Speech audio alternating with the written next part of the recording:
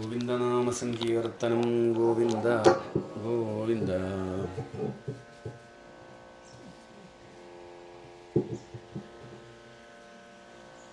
വയ്യാണ്ടി അയ്യോ വായിച്ചിട്ട് ഇല്ല, ക്ഷീണായോ?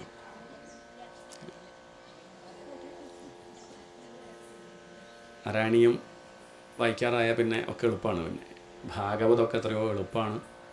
ചിലർ പറയാറുണ്ട് കേട്ടോ, അല്ല നാരായണീയം പിന്നെയും സുഖമായിട്ട് വായിക്കാൻ പറ്റും, ഭാഗവതം വയ്യ എന്ന് പറയുന്നവരുണ്ട്. അതെന്താ ചോദിച്ചാൽ നാരായണീയം അഭ്യാസം കൊണ്ട് എളുപ്പമായതാണ്. കാരണം ഇതൊരു ഫാഷനായി മാറി, എല്ലാവരും വായിച്ചേ പറ്റൂന്നായി, ഇരുന്ന് അങ്ങനെ വായിച്ച് ശീലമായി. അതിപ്പം വലിയ കുഴപ്പമില്ല എന്നായി. മറ്റത് അങ്ങനെയല്ല.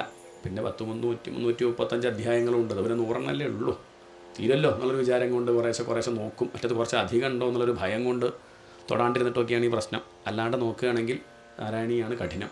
എങ്ങനെ നോക്കിയാലും അർത്ഥത്തിൻ്റെ അത് വ്യാഖ്യാനിക്കാൻ നോക്കിയാലും അന്വയിക്കാൻ ശ്രമിച്ചാലൊക്കെ ബുദ്ധിമുട്ടുണ്ട്. സമസ്ത പദങ്ങൾ അതും നമ്മൾ ഊഹിക്കാത്ത അർത്ഥമൊക്കെയാണ്. അത് എവിടുന്ന് മേൽപ്പത്തൂരിൻ്റെ കിട്ടി ചോദിച്ചാൽ നിശ്ചയില്ല. അങ്ങനെ പല സ്വതവേ പ്രസിദ്ധമല്ലാത്ത പ്രയോഗങ്ങളൊക്കെ നാരായണീയത്തിൽ കാണാം. അത് അദ്ദേഹത്തിൻ്റെ പാണ്ഡിത്യ പ്രകടനമാണ്.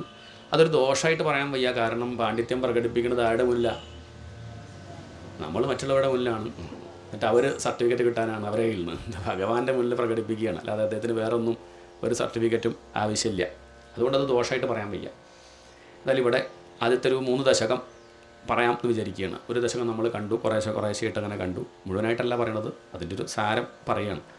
2ാമത്തെ ദശകം അദ്ദേഹം ഭഗവാനോട് പറയണത് താൻ നേരത്തെ പറഞ്ഞ സമയത്ത് അങ്ങോട്ട് ചുരുക്കി പറഞ്ഞു ഭഗവാന്റെ രൂപമെങ്കിലും വേണ്ടതുപോലെ ആയില്ല, അതൊന്ന് വിസ്തരിച്ച് തന്നെ പറയണം എന്നൊരാഗ്രഹം. അങ്ങനെ അത് അദ്ദേഹം പാടി കേൾപ്പിക്കുകയാണ്. ഭഗവാൻ ഇരുന്ന് കേൾക്കുന്നുണ്ട്. ഇടയ്ക്കൊക്കെ ഒരു ശ്ലോകം ചോദിച്ച് അങ്ങനെയല്ലേ എന്നൊക്കെ ചോദിക്കുമ്പം ഭഗവാന്റെ അഭിപ്രായമൊക്കെ നമുക്കത് അടുത്ത ശ്ലോകം കേൾക്കുമ്പോൾ മനസ്സിലാവും. ഭഗവാൻ എന്തോ പറഞ്ഞു, അത്ര പറഞ്ഞാൽ പോരാ പറഞ്ഞിട്ടുണ്ടാവും, പലേശം കൂട്ടും, അത് അധികം വിസ്തരിക്കണ്ട എന്ന് ഭഗവാൻ അഭിപ്രായം ഉണ്ടാവും. അങ്ങനെയൊക്കെ ഭക്തന്മാരെ സങ്കല്പമുണ്ട്. കാരണം പല ഭാഗങ്ങളും ഭാഗവത്തിലുള്ളത് എവിടെ കാണില്ല, നാരായണീയത്തിൽ കാണില്ല. നാരായണീയത്തിൽ ഭാഗവത്തിൽ പറയാത്തത് പോലും പറയണമുണ്ട്. അങ്ങനെയുണ്ട്, ചിലതൊക്കെ അങ്ങനെ കാണാം. ഭഗവാന് കുബ്ജയിൽ കുട്ടിണ്ടായ കഥയൊന്നും ഭാഗവത്തിലില്ല.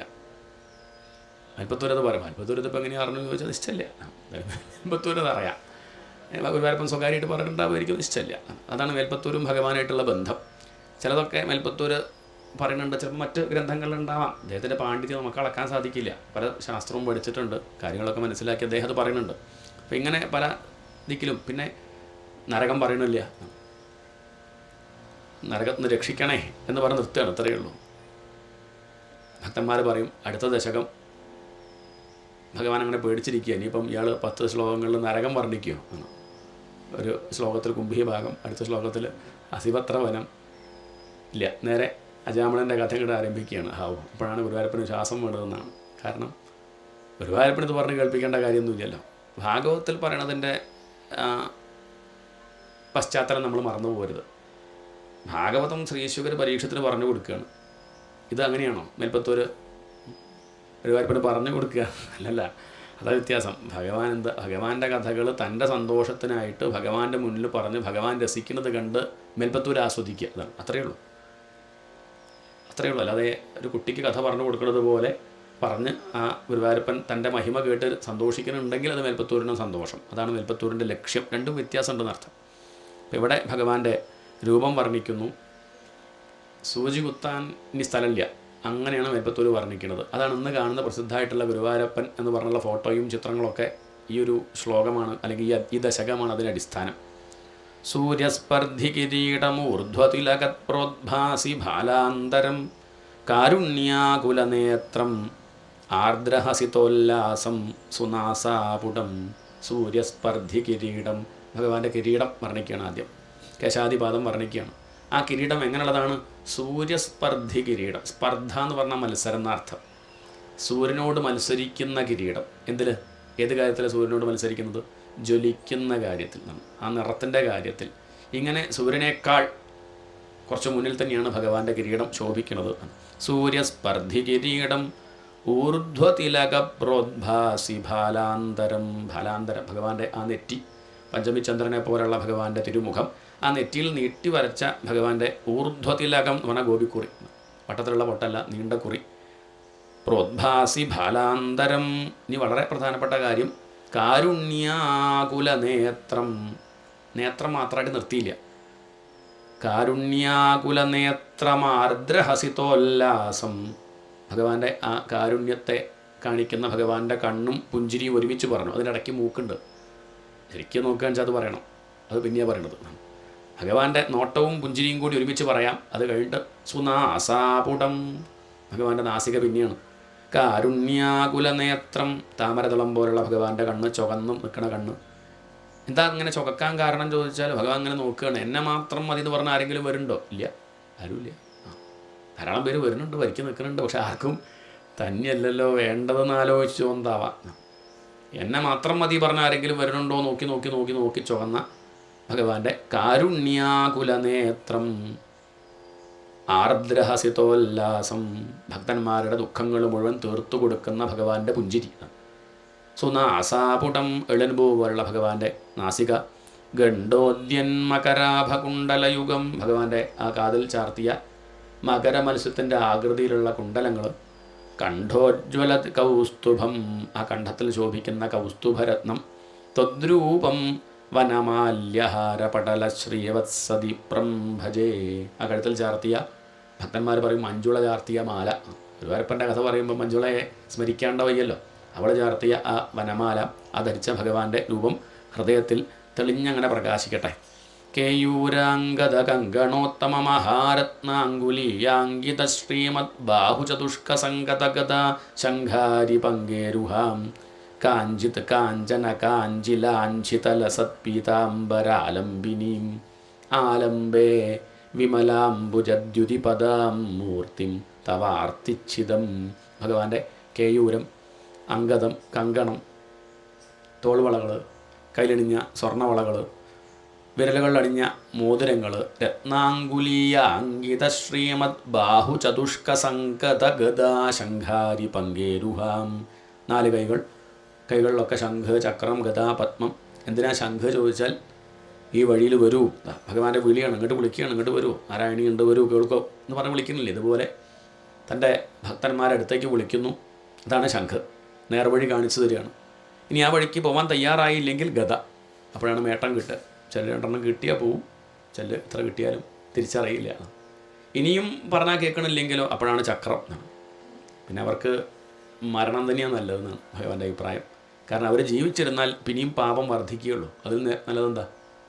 ഇല്ലാണ്ടിയൊക്കെ അവർക്ക് തന്നെ നല്ലതാണ്. അശ്വത്ഥാമാവനോടൊക്കെ അതാ പറഞ്ഞത്. അങ്ങനെയുള്ളവരെ നമ്മൾ പറഞ്ഞു വിട്ടാൽ അത് അവർക്ക് തന്നെ ശ്രേയസ്സാണെന്നാണ്.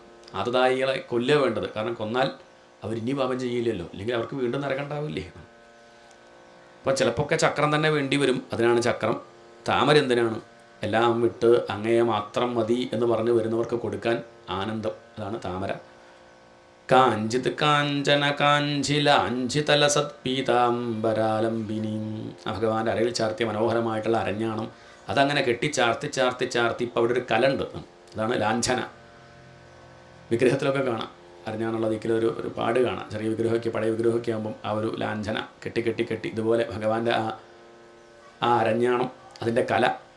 പീതാംബര ആലംബിനിയും, മനോഹരമായിട്ട് ഞുറഞ്ഞുകൊടുത്ത മഞ്ഞപ്പട്ട്. ആലംബേ, ആ ഭഗവാന്റെ പാദമാണ് ആലംബം.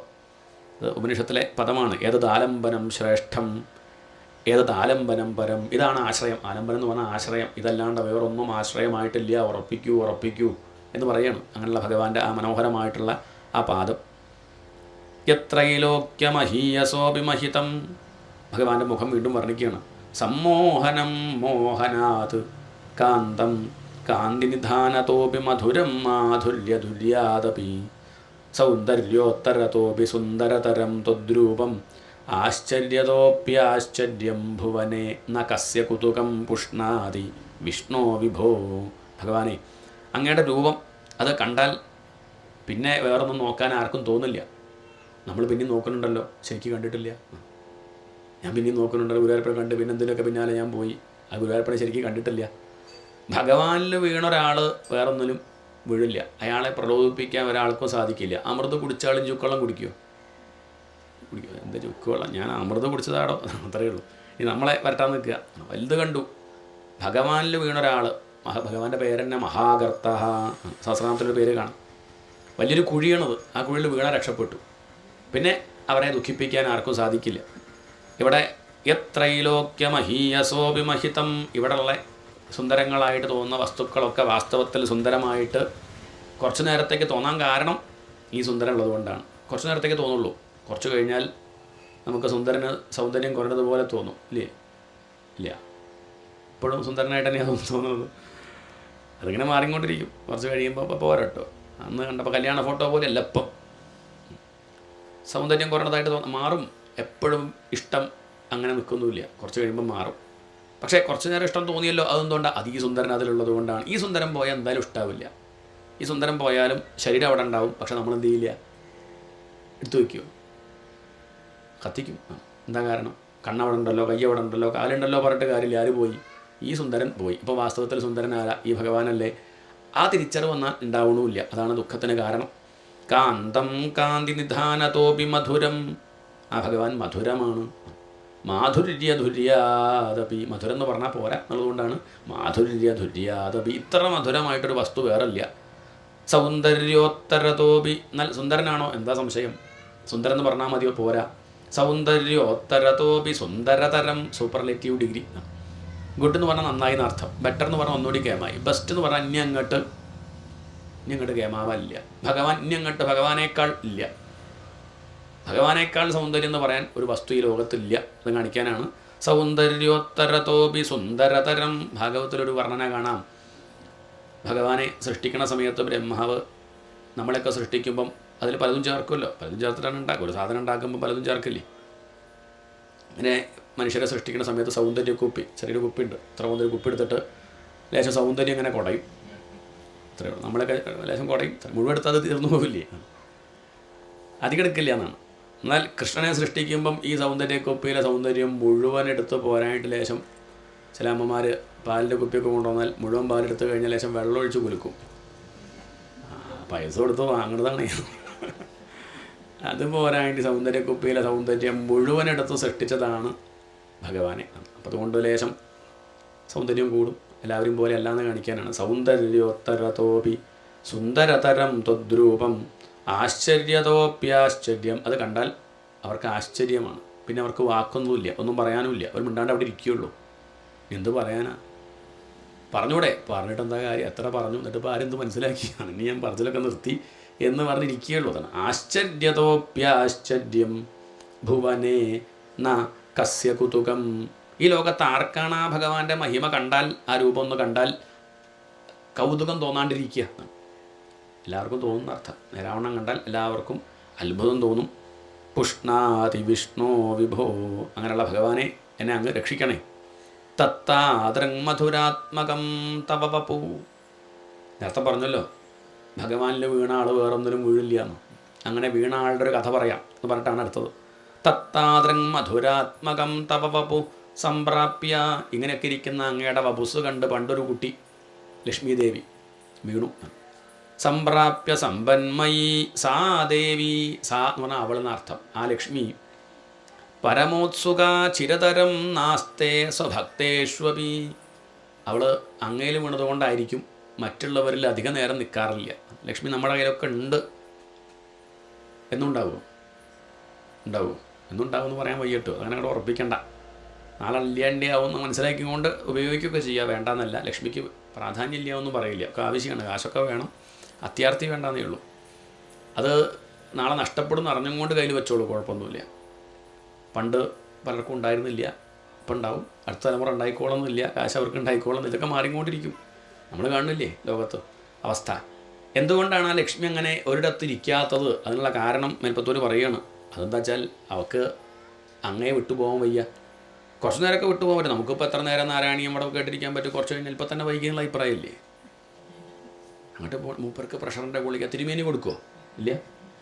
അത് നിങ്ങൾ കൊടുക്കണം. അത് ഞാനിപ്പോൾ കുറച്ച് നേരം വിട്ട് നിൽക്കാം. അത് നോക്കിയിരിക്കുമോ? ഇപ്പോൾ അവിടെ അദ്ദേഹം രാവിലെ പോയതാ 5:45. ഇതാ വരാത്തു. വിളിച്ചു തുടങ്ങി. പലരും മൊബൈൽ അടിക്കുന്നുണ്ട്. അവിടെ താമസിക്കാനാണോ ഉദ്ദേശിക്കണമെന്നൊക്കെ ചോദിച്ച് വിളി വരും. അപ്പോൾ അതുകൊണ്ട് അതാണ് പ്രശ്നം. അയാളോടുള്ള ആസക്തി കൊണ്ട് ലക്ഷ്മി ദേവിക്ക് വിട്ടു നിൽക്കാം. പക്ഷെ അധിക നേരം വിട്ടു നിൽക്കാനുള്ള അധികാരമില്ല എന്നല്ല, ലക്ഷ്മി ദേവിക്ക് അത് സാധിക്കില്ല. കാരണം സ്നേഹം കൊണ്ടാണ്. നാസ്തേ സ്വഭക്തേഷ്വപി. കാരണം അങ്ങയുടെ സ്വഭാവം ശരിക്കും ആർക്കറിയാം? ലക്ഷ്മി ദേവിക്ക് വിവരമുണ്ട്. അങ്ങയെ ആശ്രയിച്ചാൽ ദുഃഖിക്കേണ്ടി വരില്ല എന്നുള്ള ഉറപ്പ് അവൾക്കുള്ളതുകൊണ്ട് അങ്ങയുടെ മഹത്വം ശരിക്കും മനസ്സിലാക്കി അവൾ മറ്റുള്ളവരെ ഒന്നും എന്ത് ചെയ്യാറില്ല, അധികം ശ്രദ്ധിക്കാറില്ല, അങ്ങയെ മാത്രമേ ശ്രദ്ധിക്കാറുള്ളൂ. തേനാസ്യാപത കഷ്ടമച്യുത വിഭോ ത്വദ്രൂപമാനോജ്ഞകപ്രേമസ്ഥൈര്യമയാത് അചാബലബലാത്. അവൾക്കൊരു പേരും കിട്ടിയല്ലോ, ചപല എന്നൊരു പേര്. ഇത് കാരണമാണ് കിട്ടിയത്. അങ്ങ് കാരണം അവൾക്കൊരു ചീത്തപ്പേരുണ്ടായി. ആർക്ക്? ഭാര്യയ്ക്ക്. ചപലയാ, എവിടെ നിൽക്കാത്തവളാ. നിൽക്കാത്തത് എന്താ ചോദിച്ചാൽ അങ്ങയോടുള്ള സ്നേഹം കൊണ്ടല്ലേ, അങ്ങയോടുള്ള ഭക്തി കൊണ്ടല്ലേ. ലക്ഷ്മീ സ്ഥാവകരാമണീയക ഹൃദൈവേയം. ഇനി നമ്മളോട് പറയുകയാണ് മേൽപ്പത്തൂര്, ഞാനൊരു സ്വകാര്യം പറയാം. ലക്ഷ്മി വേണമെന്നുണ്ടെങ്കിൽ ഞാനൊരു ഉപായം പറയാം, ശ്രദ്ധിക്കണം. എന്താ അത്? രഹസ്യമാണ്, ആരോടും പറയണ്ട. ലക്ഷ്മീ സ്ഥാവകരാമണീയക ഹൃദൈവേയം പരേഷു അസ്ഥിരേത്യസ്മിൻ. എന്തുകൊണ്ടാണ് ഈ ലക്ഷ്മി എല്ലാ ദിക്കിലും നിൽക്കാത്തതെന്നല്ലേ. അന്യതപി പ്രമാണമധുനാ വക്ഷ്യാമി ലക്ഷ്മീപതേ. ഈ ലക്ഷ്മി നിൽക്കും ഒരു ദിക്കിൽ, മാറാണ്ട് നിൽക്കും. എവിടെ? യേ ത്വധ്യാനഗുണാനുകീർത്തനരസാസക്ത ഹി ഭക്താജനാഹ. അങ്ങയുടെ കഥകൾ പറയുന്നവരിൽ നിൽക്കും. എവിടെ? എവിടെ നിൽക്കുക? മനസ്സിലായില്ലേ? കഥ പറയുന്നവരിൽ മാത്രമല്ല, കഥ കേൾക്കുന്നവരിലും നിൽക്കും. പോരെ? യേ ത്വധ്യാനഗുണാനുകീർത്തനരസാസക്ത. വെറുതെ കേട്ടാൽ പോരാ, അതങ്ങനെ കേട്ട് രസിച്ച് അങ്ങനെ തലയാട്ടണം. അഭിനയിച്ചുകൊണ്ട് കാര്യമില്ല. ഞങ്ങൾ അങ്ങനെ ഇടയ്ക്കിടയ്ക്ക് 5 മിനിറ്റ് കൂടും, അതല്ല. ചിലരൊക്കെ തലയാട്ട് മാത്രമല്ല, അടുത്തിരിക്കുന്ന ആളുടെ തുടക്കടിച്ച് ആസ്വദിക്കും. അങ്ങനെയൊക്കെ ഉണ്ട്. എന്നിട്ട് രസികത്വം കൊണ്ടേ. യേ ത്വധ്യാനഗുണാനുകീർത്തനരസാസക്ത ഹി ഭക്താജനാ തേഷു ഏഷാ വസതി. അവൾ അങ്ങയുടെ കഥകൾ കേട്ട് ആനന്ദിക്കുന്ന ഭക്തന്മാരുടെ കൂടെ ഉണ്ടാവും, വിട്ടുപോവാതെ ഉണ്ടാവും. കാരണം തൻ്റെ ഭർത്താവിൻ്റെ കഥ പറയുന്നത് കേൾക്കാൻ പതിവ്രതയ്ക്ക് ഇഷ്ടമുണ്ടാവില്ലേ? രാമൻ്റെ കഥ കേൾക്കാൻ ആർക്ക് ഇഷ്ടമുണ്ടാവും? സീതയ്ക്ക് ഇഷ്ടമുണ്ടാവും. അപ്പം അതങ്ങനെ പറയുമ്പോൾ അങ്ങനെ നോക്കി നിൽക്കും. അപ്പോൾ നമ്മൾ എന്ത് ചെയ്താൽ മതി? ലക്ഷ്മി വേണമെന്നുണ്ടെങ്കിൽ കഥ പറയണത് നിർത്താണ്ടിരുന്നാൽ മതി. ഇനി ധനം വേണമെന്ന് ആഗ്രഹം ഉണ്ടെങ്കിലും എന്ത് ചെയ്യൂ? ഭഗവാനെ ആശ്രയിക്കൂ. എല്ലാവരും ലക്ഷ്മിയെ കുറ്റം പറയുക ചെയ്യുക, ലക്ഷ്മി മോശമെന്ന് പറയുക. നീളാതീരത്തുള്ളവരൊക്കെ അങ്ങനെയാണ് പറഞ്ഞത്. ശ്രീഭൂമിയിൽ അസ്ഥിര എന്നാണ് ഒരാൾ പറഞ്ഞത്. വേറൊരാൾ പറഞ്ഞു എന്താണ്, ആളെക്കൊല്ലി. അങ്ങനെയാണ് നമ്മുടെ പാക്കനാർ പറഞ്ഞത്. എല്ലാവരും കുറ്റം പറയുകയാണ്. പക്ഷേ ഈ നീളാതീരത്തുള്ള മേൽപ്പത്തൂർ ലക്ഷ്മിയെ നന്നാക്കി. എല്ലാവരും അങ്ങനെ പറയാൻ കാരണം എന്താ വെച്ചാൽ ലക്ഷ്മിയുടെ കുറ്റമല്ല. പിന്നെയോ ഗുരുവായൂരപ്പനെ വിട്ടുപോകാൻ അവൾക്ക് പറ്റില്ല. കാരണം ഗുരുവായൂരപ്പൻ്റെ മഹിമ ശരിക്കും അറിയുന്നവളാണ്. മറ്റുള്ളവരുടെ പിന്നാലെയല്ലോ പോകുന്നത്, ഗുരുവായൂരപ്പൻ്റെ പിന്നാലെയല്ലേ തെറ്റല്ല എന്നർത്ഥം. നമ്മൾ ഭഗവാനെ ഭജിക്കുകയാണെങ്കിൽ തെറ്റല്ല. ഇപ്പം നാരായണീയം കേൾക്കാൻ വന്നിരിക്കണു, സമയം പോയത് അറിഞ്ഞില്ല ഉള്ളത് തെറ്റല്ല. എന്താണ്? സിനിമ കാണാൻ പോയാൽ തെറ്റാ, ഭർത്താവിന് വെള്ളം കൊടുക്കാണ്ട് സിനിമ കാണാൻ പോയാൽ തെറ്റാ. പക്ഷെ ഇത് തെറ്റായിട്ട് പറയില്ല. കാരണം ഇതാണ് അയാളുടെയും ഭർത്താവ്. എല്ലാവരുടെയും ഭർത്താവായിട്ടുള്ള ഭഗവാനെ ആശ്രയിക്കേണ്ടത് തെറ്റെന്ന് അത് പറയില്ല. സന്യാസം തെറ്റാന്ന് പറയില്ല. അച്ഛനും അമ്മയും നോക്കാണ്ട് പോയെന്ന് പറയൂ സന്യസിച്ച ആളെ? ഇല്ല. എന്താ കാരണം വെച്ചാൽ അയാൾ ചോദിക്കും, ഞാൻ ഇപ്പം അങ്ങോട്ട് മരിച്ചാൽ അച്ഛൻ്റെ അമ്മയുടെ കഥ എന്താ? തെറ്റാ പറയൂ? മരിച്ചത് തെറ്റായി, അയാളിപ്പോൾ മരിക്കാൻ പാടില്ല. ആരോട് പറയുക എന്നാണ്? അത്രയേ ഉള്ളൂ. അയാൾ മരിച്ചു, ഇത് പുതിയൊരാളാണ്. അതുകൊണ്ട് ലക്ഷ്മി ദേവി ഇതാ ആ ഭഗവാന്റെ കൂടെ തന്നെയാണ്. അതുകൊണ്ട് ലക്ഷ്മി വേണമെന്നുണ്ടെങ്കിൽ ഭഗവാന്റെ കഥകൾ പാടൂ, പറയൂ, കേൾക്കൂ. അങ്ങനെയാണെങ്കിൽ ചുറ്റുവട്ടത്ത് എവിടെയെങ്കിലും വാതിലിൻ്റെ പിന്നിൽ ചാരി അങ്ങനെ ആരും നോക്കി നിൽക്കും? ലക്ഷ്മി ദേവി എൻ്റെ ഭർത്താവിൻ്റെ കഥ പറയുക, കേൾക്കട്ടെ എന്നാൽ മറ്റെല്ലാം അങ്ങനെ നിൽക്കും. അങ്ങനെയാകുമ്പോൾ വിട്ടുപോവാതെ ലക്ഷ്മി കയ്യിലുണ്ടാവും. അതല്ലാതെ കഷ്ടപ്പെട്ട് മുണ്ട് മുറുക്കി കൊടുത്തുണ്ടാക്കിയിട്ടൊന്നും, മുണ്ട് മുറുക്കി കൊടുത്താൽ പട്ടിണി കിടന്നാൽ പറഞ്ഞിട്ട് കാര്യമില്ല. മക്കളത് ദൂർത്തടിക്കും, സംശയമില്ല കാര്യത്തിൽ. അതുകൊണ്ട് നീ ഉണ്ടാക്കുന്നുണ്ടെങ്കിൽ കുട്ടികൾക്ക് പറഞ്ഞു കൊടുക്കണം, ഇങ്ങനെയൊക്കെ എനിക്ക് കാശുണ്ടാക്കാൻ പറ്റിയതേ നാരായണീയം കൊണ്ടാ, ഭഗവാന്റെ കാരുണ്യം കൊണ്ടാ എന്ന് പറയണം. കാരണം എൻ്റെ കേമത്വം കൊണ്ടാ പറഞ്ഞാൽ അവരത് നഷ്ടപ്പെടുത്തും. അതുകൊണ്ട് വേണമെന്നുണ്ടെങ്കിൽ ഭഗവാനെ ആശ്രയിച്ചോളൂ, സമാധാനമായിട്ടിരിക്കാം. ഇതാണ് ഏറ്റവും വലിയ സമ്പത്ത്.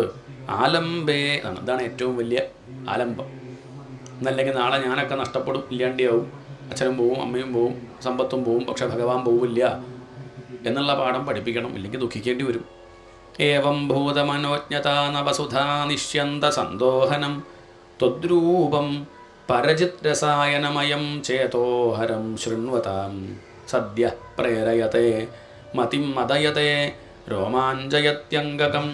ഈ ഭഗവാന്റെ കഥകൾ അങ്ങോട്ട് കേൾക്കുന്ന സമയത്ത് ഭക്തന്മാർക്കുണ്ടാവുന്ന ഭാവം പറയുകയാണ്. സദ്യ പ്രേരയത്തെ, ഒരാവേശം. മതിം മദയത്തെ, മനസ്സങ്ങനെ ഉയർന്നു പോവുക. രോമാഞ്ചയത്യംഗകം, ശരീരത്തിൽ രോമാഞ്ചം ഉണ്ടാവുക. വ്യാസിഞ്ചത്യപി ശീതബാഷ്പവിസരൈഹി, ഭഗവാന്റെ കഥകൾ കേൾക്കുമ്പം ആനന്ദം കൊണ്ട് ഉള്ളിലൊരു തണുപ്പ്, പുറമേക്കങ്ങനെ കണ്ണീര്, ഒരു തണുത്ത കണ്ണുനീരങ്ങനെ വരിക. ഇങ്ങനെയൊക്കെയുള്ളൊരവസ്ഥ അങ്ങനെയൊക്കെ വേണമെന്ന് പ്രാർത്ഥിക്കുകയാണ്. അത് ഭാഗവത്തിലത് വർണ്ണിക്കുന്നുണ്ട്. ഇങ്ങനെ കണ്ണുനീര് വരാത്തവരുടെ മനസ്സ് അത് അശ്മസാരം, കല്ലാണെന്ന്. ഭഗവാന്റെ കഥ കേൾക്കുമ്പോൾ തല കുനിക്കാൻ തോന്നണില്ലെങ്കിൽ അവരുടെ തല കഴുത്തിൻ്റെ മുകളിൽ ഭാരമാണ്. ദീപാരാധന തൊടാൻ തോന്നണില്ലെങ്കിൽ ആ കണ്ണ് മയിൽപ്പീലിയുടെ കണ്ണിന് സമമാണ്. ഭഗവാനെ കാണുമ്പം കൈകൂപ്പാൻ തോന്നുന്നില്ലെങ്കിൽ അവരുടെ കൈ ശവത്തിൻ്റെ കൈ പോലെയാണ്. ഭഗവാന്റെ നാമം ജപിക്കുമ്പോൾ ഏറ്റു ജപിക്കുന്നില്ല എന്നുണ്ടെങ്കിൽ അവരുടെ നാവ് തവളയുടെ നാവ് പോലെയാണ്. തവളയും പ്രസംഗിക്കും. മഴക്കാലത്തായ ക്രോം ക്രോ ക്രോം ക്രോം എന്നൊക്കെ പറയും. ആരും കൈയടിക്കാറൊന്നുമില്ല. കഴിഞ്ഞാൽ പൊന്നാടണിയിക്കൊന്നുമില്ല. ആർക്കത് മനസ്സിലാവണമില്ല. ഇങ്ങനെ ഒച്ചപ്പാടുണ്ടാക്കാന്നല്ലാതെ ഭഗവത് സംബന്ധമായത് പറയാന്ന് വെച്ചാൽ പറയുക എന്നാണ്. ബ്രൂഹി മുകുന്ദേതി രസനേ ബ്രൂഹി മുകുന്ദേതി കേശവമാധവ ഗോവിന്ദേതി കേശവമാധവ ഗോവിന്ദേതി കൃഷ്ണാനന്ദ സദാനന്ദേതി ബ്രൂഹി മുകുന്ദേതി. ഒരു കീർത്തനം മുഴുവൻ ഭഗവാന്റെ പേരുകൾ ഇങ്ങനെ വിളിക്കുക, വേറൊന്നുമില്ല. അല്ലയോ നാവേ നീ പാടൂ. എന്ത് പാടൂ? മുകുന്ദേതി, മുകുന്ദാന്ന് ജപിക്കൂ. കേശവ മാധവ ഗോവിന്ദേതി പിന്നെ കൃഷ്ണാനന്ദ, അങ്ങനെ ഭഗവാന്റെ നാമം ഇങ്ങനെ ജപിക്കുന്ന ആ കീർത്തനം മുഴുവൻ അതാണ്. വേറൊന്നുമില്ല. വേറെന്ത് പറയാൻ? ഇങ്ങനെ ജപിക്കാൻ സാധിക്കണേ എന്നുള്ള പ്രാർത്ഥനയാണ്. ഏവം ഭൂതതയാ ഹി ഭക്ത്യഭീതോ യോഗസ്സ യോഗദ്വയാത്. നീ ഭക്തിയുടെ മഹത്വം എടുത്ത് പറയണം, പ്രമാണസഹിതം പറയണം. മറ്റ് പല യോഗങ്ങളും ഉണ്ടല്ലോ, കർമ്മയോഗം, ജ്ഞാനയോഗം, ഭക്തിയോഗം, ഇങ്ങനെയല്ലേ കാര്യമായിട്ട് പറയുക. ആ കർമ്മയോഗത്തേക്കാൾ ജ്ഞാനയോഗത്തേക്കാൾ എളുപ്പം ഭക്തിയാണ്. കാരണം മനുഷ്യർക്ക് കൂടുതലുള്ളത് വിചാരമല്ല, വികാരമാണ്. അത് സംശയമൊന്നുമില്ല. അങ്ങനെ വികാര ജീവിയായിട്ടുള്ള മനുഷ്യർക്ക് ഏറ്റവും സൗകര്യം എന്താ ചോദിച്ചാൽ ഭക്തി തന്നെയാണ്. ഭഗവാന് നമ്മളുടെ കൂട്ടത്തിലൊരാളായിട്ട് കൂട്ടുക, പൂജ കഴിക്കുക, നിവേദ്യം സമർപ്പിക്കുക, ഭഗവാന് കൊടുക്കുക, സംസാരിക്കുക, ഭഗവാൻ കഴിച്ചതിൻ്റെ ബാക്കി പ്രസാദമായിട്ട് കഴിക്കുക. ഇതൊക്കെ പറയുമ്പോൾ വലിയ ബുദ്ധിമുട്ട് ആർക്കുമില്ല. നാമം ജപിക്കാൻ ബുദ്ധിമുട്ടുണ്ടോ എന്ന് ചോദിച്ചാൽ അത് വലിയ പ്രയാസമൊന്നുമില്ല. ഭാഗവതം വായിക്കുക പറഞ്ഞാൽ ഇപ്പോൾ ബുദ്ധിമുട്ടുണ്ടാവും. ഗോപാലനാരുടെ വ്യാഖ്യാനം എല്ലാവരും വാങ്ങി വായിക്കുക നാളെ മുതൽ എന്ന് പറഞ്ഞാൽ അറിയാണ്ട് വന്നു പോയതാ, ഇനി വരില്ല, അത്രയേ ഉള്ളൂ. അതൊക്കെ പറയാം. അതൊന്നും പറയണ്ട. നാമം ജപിക്കാൻ പറ്റാത്ത ആരെങ്കിലും ഉണ്ടോ ചോദിച്ചാൽ അങ്ങനെ ഒരാളുണ്ടാവില്ല. തയ്യാറാണ്, വലിയ ബുദ്ധിമുട്ടൊന്നുമില്ല. രണ്ട് നാമം ജപിക്കാൻ ബുദ്ധിമുട്ടുണ്ടോ? എന്നാൽ മറ്റ് രണ്ടും ബുദ്ധിമുട്ടുണ്ട്. കർമ്മയോഗമാണെങ്കിലും പറയാൻ എളുപ്പവും. കർമ്മയോഗം രാവിലെ 3:30 എണീക്കും എല്ലാവരും, പറയാൻ എളുപ്പം കഴിഞ്ഞു. എത്ര പേര് എണീക്കും? പ്രയാസം തന്നെയാണ്. കാരണം കർമ്മയോഗം എന്ന് പറഞ്ഞാൽ എളുപ്പമല്ല. 41 ദിവസം തുടർച്ചയായിട്ട് നിഷ്ഠയ്ക്ക് കൃത്യസമയത്ത് തന്നെ ഇന്നെ കർമ്മം ചെയ്യും എന്നൊക്കെ പറഞ്ഞാൽ അതത്ര എളുപ്പമല്ല. ജ്ഞാനം എളുപ്പമാണോ? പുസ്തകം നോക്കി പഠിച്ച് മനനം ചെയ്ത് ഉറപ്പിക്കുക പറഞ്ഞാൽ അതും പ്രയാസമാണ്. നേരെ മറിച്ച് ഭക്തി എന്ന് പറഞ്ഞാൽ ഒരു ബുദ്ധിമുട്ടുമില്ല. അതാണ് മറ്റ് രണ്ട് യോഗങ്ങളെക്കാൾ എളുപ്പം ഈ ഭക്തി തന്നെയാണ്. ഏവം ഭൂതതയാ ഹി ഭക്ത്യഭിഹിതോ യോഗസ്സ യോഗദ്വയാത് കർമ്മജ്ഞാനമയാത് ഭൃശോത്തമതരോ. ഞാൻ പറഞ്ഞതല്ല, യോഗേശ്വരൈഹി ഗീയതേ. യോഗേശ്വരന്മാർ പറഞ്ഞതാണ്. ഒരുപാരപ്പ എൻ്റെ അഭിപ്രായമല്ല, വ്യാസരൊക്കെ പറഞ്ഞിട്ടുണ്ട്. പിന്നെയോ സൗന്ദര്യൈകരസാത്മകേ ത്വയി ഖലു പ്രേമപ്രഹർഷാത്മിക ഭക്തി നിശ്രമമേവ. ബാക്കിയുള്ളതൊക്കെ ശ്രമമുണ്ട്. കർമ്മയോഗത്തിനും ജ്ഞാനയോഗത്തിനും ശ്രമം ആവശ്യമാണ്. ഭക്തിക്കോ നിശ്രമമേവ എന്നാണ്. അങ്ങനെ ഇരിക്കുക. ആരെയും കേൾക്കാൻ ശ്രമമുണ്ടോ? അങ്ങനെ ഉറങ്ങിയും കൊണ്ടും കേൾക്കാൻ. സർവത്ര കേട്ടാൽ ചായ കുടിക്കുക ആയിട്ടുണ്ടോ? ഞാൻ കൊണ്ടുവന്നിട്ടുണ്ട്. 5 മണിക്ക് നിർത്തും, പേടിക്കണ്ട. നിശ്രമമേവ. ബാക്കിയുള്ളതൊന്നും ഇങ്ങനെയല്ല, ശ്രമമുണ്ട്, നല്ല അധ്വാനമുണ്ട്. എന്നാൽ ഇതിനെന്തില്ല, ഒരധ്വാനവും ഇല്ല. ചില ജോലിയൊക്കെ കഠിനാധ്വാനം ചെയ്താൽ അവസാനം കൂലി കിട്ടുമ്പോൾ സന്തോഷം ഉണ്ടാവും. എന്നാൽ ഇത് പണിയെടുക്കുമ്പോഴും സന്തോഷമാണ്. കൂലി കിട്ടിയ സന്തോഷം അത് പണിയെടുക്കുമ്പോൾ തന്നെ സന്തോഷമാണ്. ചത്ര നിന്ന് എന്നാലോചിച്ച് നോക്കും. മറ്റതൊക്കെ അല്ല. ഇപ്പം ക്ലേശിച്ച് പണിയെടുക്കുക എന്തിനാണ്? കഴിഞ്ഞാൽ ഇനി ഇപ്പം കൂലി കിട്ടുകയെ ആ സന്തോഷത്തിനാണ്. ഇത് ചെയ്യുമ്പോഴേ, അനുഷ്ഠിക്കുമ്പോഴേ സന്തോഷമുണ്ട്. അതാണ് ഭക്തിയുടെ പ്രത്യേകത. ഭക്തി നാമം ജപിക്കുന്നത് തന്നെ എന്തെങ്കിലും കിട്ടാനല്ല, അങ്ങനെ ആവണം എന്നർത്ഥം. നമ്മളൊക്കെ ഇപ്പോൾ ജപിക്കുന്നത് എണ്ണി കൃത്യം നോക്കിയിട്ടൊക്കെയാണ്. അത് കണക്ക് വെച്ച് വളരെ ശ്രദ്ധിച്ച് അത് കഴിഞ്ഞാൽ അന്നത് കിട്ടണം എന്നുള്ള വിചാരത്തിലൊക്കെ കരാറെടുത്തത് പോലെയൊക്കെ അധികം. ചില നാമം ജപിക്കണ കണ്ട വണ്ട് മലർന്നിങ്ങനെ വണ്ടിങ്ങനെ ഉണ്ടാവും. അങ്ങനെ എന്തോ ശീലം കൊണ്ട് ചെയ്യാന്നല്ലാതെ അങ്ങനെ ഭക്തിയോട് കൂടി ഒന്നല്ല. അതാ പറയണത്. ഭക്തിയോട് കൂടിയാണെങ്കിൽ അതെന്തുണ്ട്, അത് രസമാണ്. എത്രയോ പേരെ നമുക്കറിയാം 3-3.5 മണിക്കൂർ 4 മണിക്കൂറൊന്നും ഭജന പാടാൻ ഒരു പ്രയാസമില്ല. അങ്ങനെ ലയിച്ച് രസിച്ച് എന്നാൽ കഴിഞ്ഞാൽ അധികമൊന്നും കൊടുക്കൊന്നുമില്ല. അവർക്ക് കുഴപ്പമില്ല. അവർക്ക് എന്ത് കിട്ടിനി കിട്ടിയില്ലെങ്കിൽ അവരെ ചോദിക്കാൻ പോകുന്നില്ല. കാരണം അതിലെന്തുണ്ട്, അതൊരു ആനന്ദമാണ്. അതിലൊരു രസിച്ച് ചെയ്യുകയാണ്. ഇതുപോലെ രസിച്ചാണെങ്കിൽ ഒന്നൊരു പ്രയാസമായിട്ട് മാറില്ല എന്നർത്ഥം. നിഷ്കാമം നിയതസ്വധർമ്മചരണം യത് കർമ്മയോഗാഭിതം തദ്ദൂരേത്യഫലം, കർമ്മയോഗത്തിൻ്റെ ഫലം ദൂരത്താണ്. ഒരു കർമ്മം അനുഷ്ഠിച്ചാൽ അതിൻ്റെ ഫലം ഉടനെ കിട്ടുമോ? അങ്ങനെയാണെങ്കിൽ നമുക്കൊക്കെ ഇപ്പം കിട്ടേണ്ടതാണല്ലോ. ഫലം അനുഷ്ഠിച്ചാൽ അല്ലെ ഫലം ഉടനെ കിട്ടും. വാഴ നട്ടു ഉടനെ അത് കിട്ടും. വാഴ നട്ടു, മാവും നട്ടു, ഏതാദ്യം ഉണ്ടാവുക? തെങ്ങും തൈ നട്ടു, വാഴ നട്ടു, ഏതാദ്യം കഴിക്കുക? വാഴ കഴിച്ചു. അപ്പോൾ നമ്മൾ തെങ്ങും തൈ നട്ട ആളെ കുറ്റം പറയുമോ? വിവരമില്ലാത്തവനെ അയാൾക്ക് വാഴ. അതിന് സമയമെടുക്കും. അതിന് സമ്പ്രദായം എങ്ങനെയാണ്? തെങ്ങ് ഉടനെ കഴിക്കൊന്നുമില്ല എന്ന് പറഞ്ഞാൽ അർത്ഥം കർമ്മത്തിനൊക്കെ അങ്ങനെയാണ്.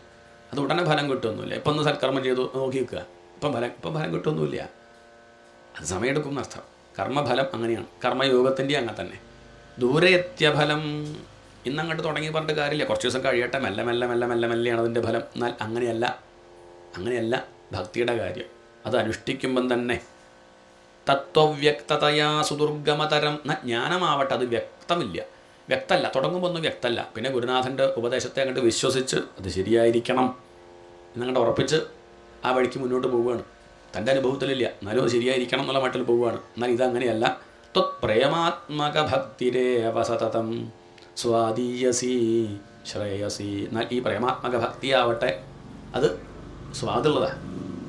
മറ്റത് കഴിച്ച രോഗം മാറും, ശരി തന്നെയാണ്. ജ്ഞാനം ഒക്കെ കഴിച്ച രോഗം മാറും. പക്ഷേ അത് കയ്പുള്ള ഗുളിക, കഷായമൊക്കെ നല്ല പ്രയാസമായിരിക്കും.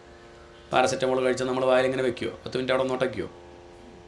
നല്ല രസമുണ്ട്. ഇല്ലില്ല, അത് വേഗം വെള്ളം കുടിച്ച് ഇറക്കാനാന്ന് നോക്കുക. സംഗതി ശരിയാണ്, ഉള്ളിലെത്തിക്കഴിഞ്ഞാൽ പനി മാറിയിരിക്കും. എന്നാൽ അത് നല്ല മധുരമുള്ള ഗുളികയായിരുന്നെങ്കിലോ സുഖമല്ലേ? അതാണ് ഭക്തി.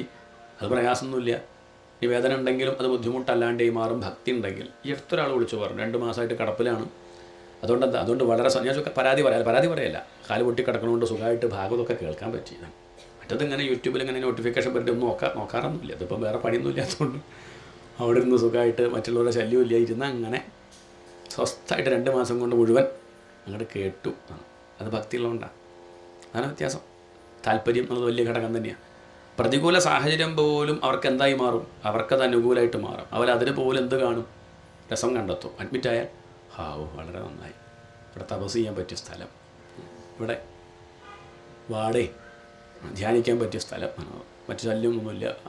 മറ്റത് ആരെങ്കിലും വന്ന് പല വർത്തമാനം പറയും, നമ്മൾ തിരിച്ചും 2 കുറ്റം കേട്ട് പറയുമ്പോൾ നമ്മൾ 2 അങ്ങോട്ടും പറയണ്ടേ?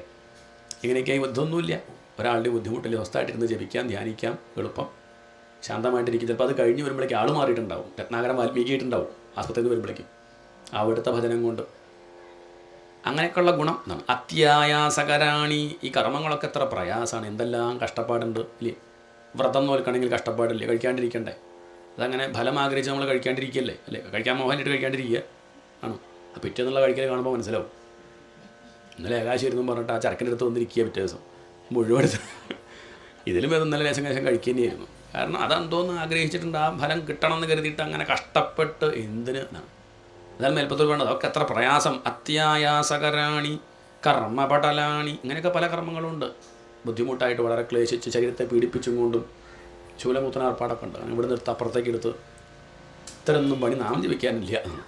അത്യായാസകരാണി കർമ്മപടലാനി ആചര്യ നിര്യന്മലാബോധേ ഭക്തിപഥേ ധവാപ്യുചിതതാം ആയാന്തിക്കും താവത ക്ലിഷ്ട്വ തർക്കപഥേ പരം തവ വപുഃ ബ്രഹ്മാഖ്യമന്യേ പുനശ്ചിത്താർദ്രത്വമൃതേ വിചിന്യ ബഹുഭിഃ സിദ്ധ്യന്തി ജന്മാന്തരൈഃ ത്വദ്ഭക്തിസ്തു.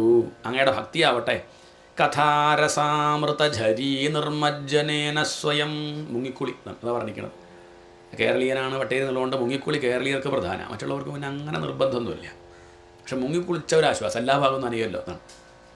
അപ്പോൾ ഇവിടുന്ന് വിളിക്കുമ്പോൾ അങ്ങനെ ചിലപ്പോൾ തൃപ്തി വരില്ല. അങ്ങനെ മുങ്ങിക്കുളിച്ച് ശീലമുള്ളവർക്ക് കുളിമുറി കുളിച്ചാൽ ഒരു സന്തോഷമാവില്ല. മുങ്ങിയാൽ ഒക്കെ എല്ലാ ഭാഗവും ശുദ്ധമായി എന്നൊരു തോന്നലുണ്ടാവും.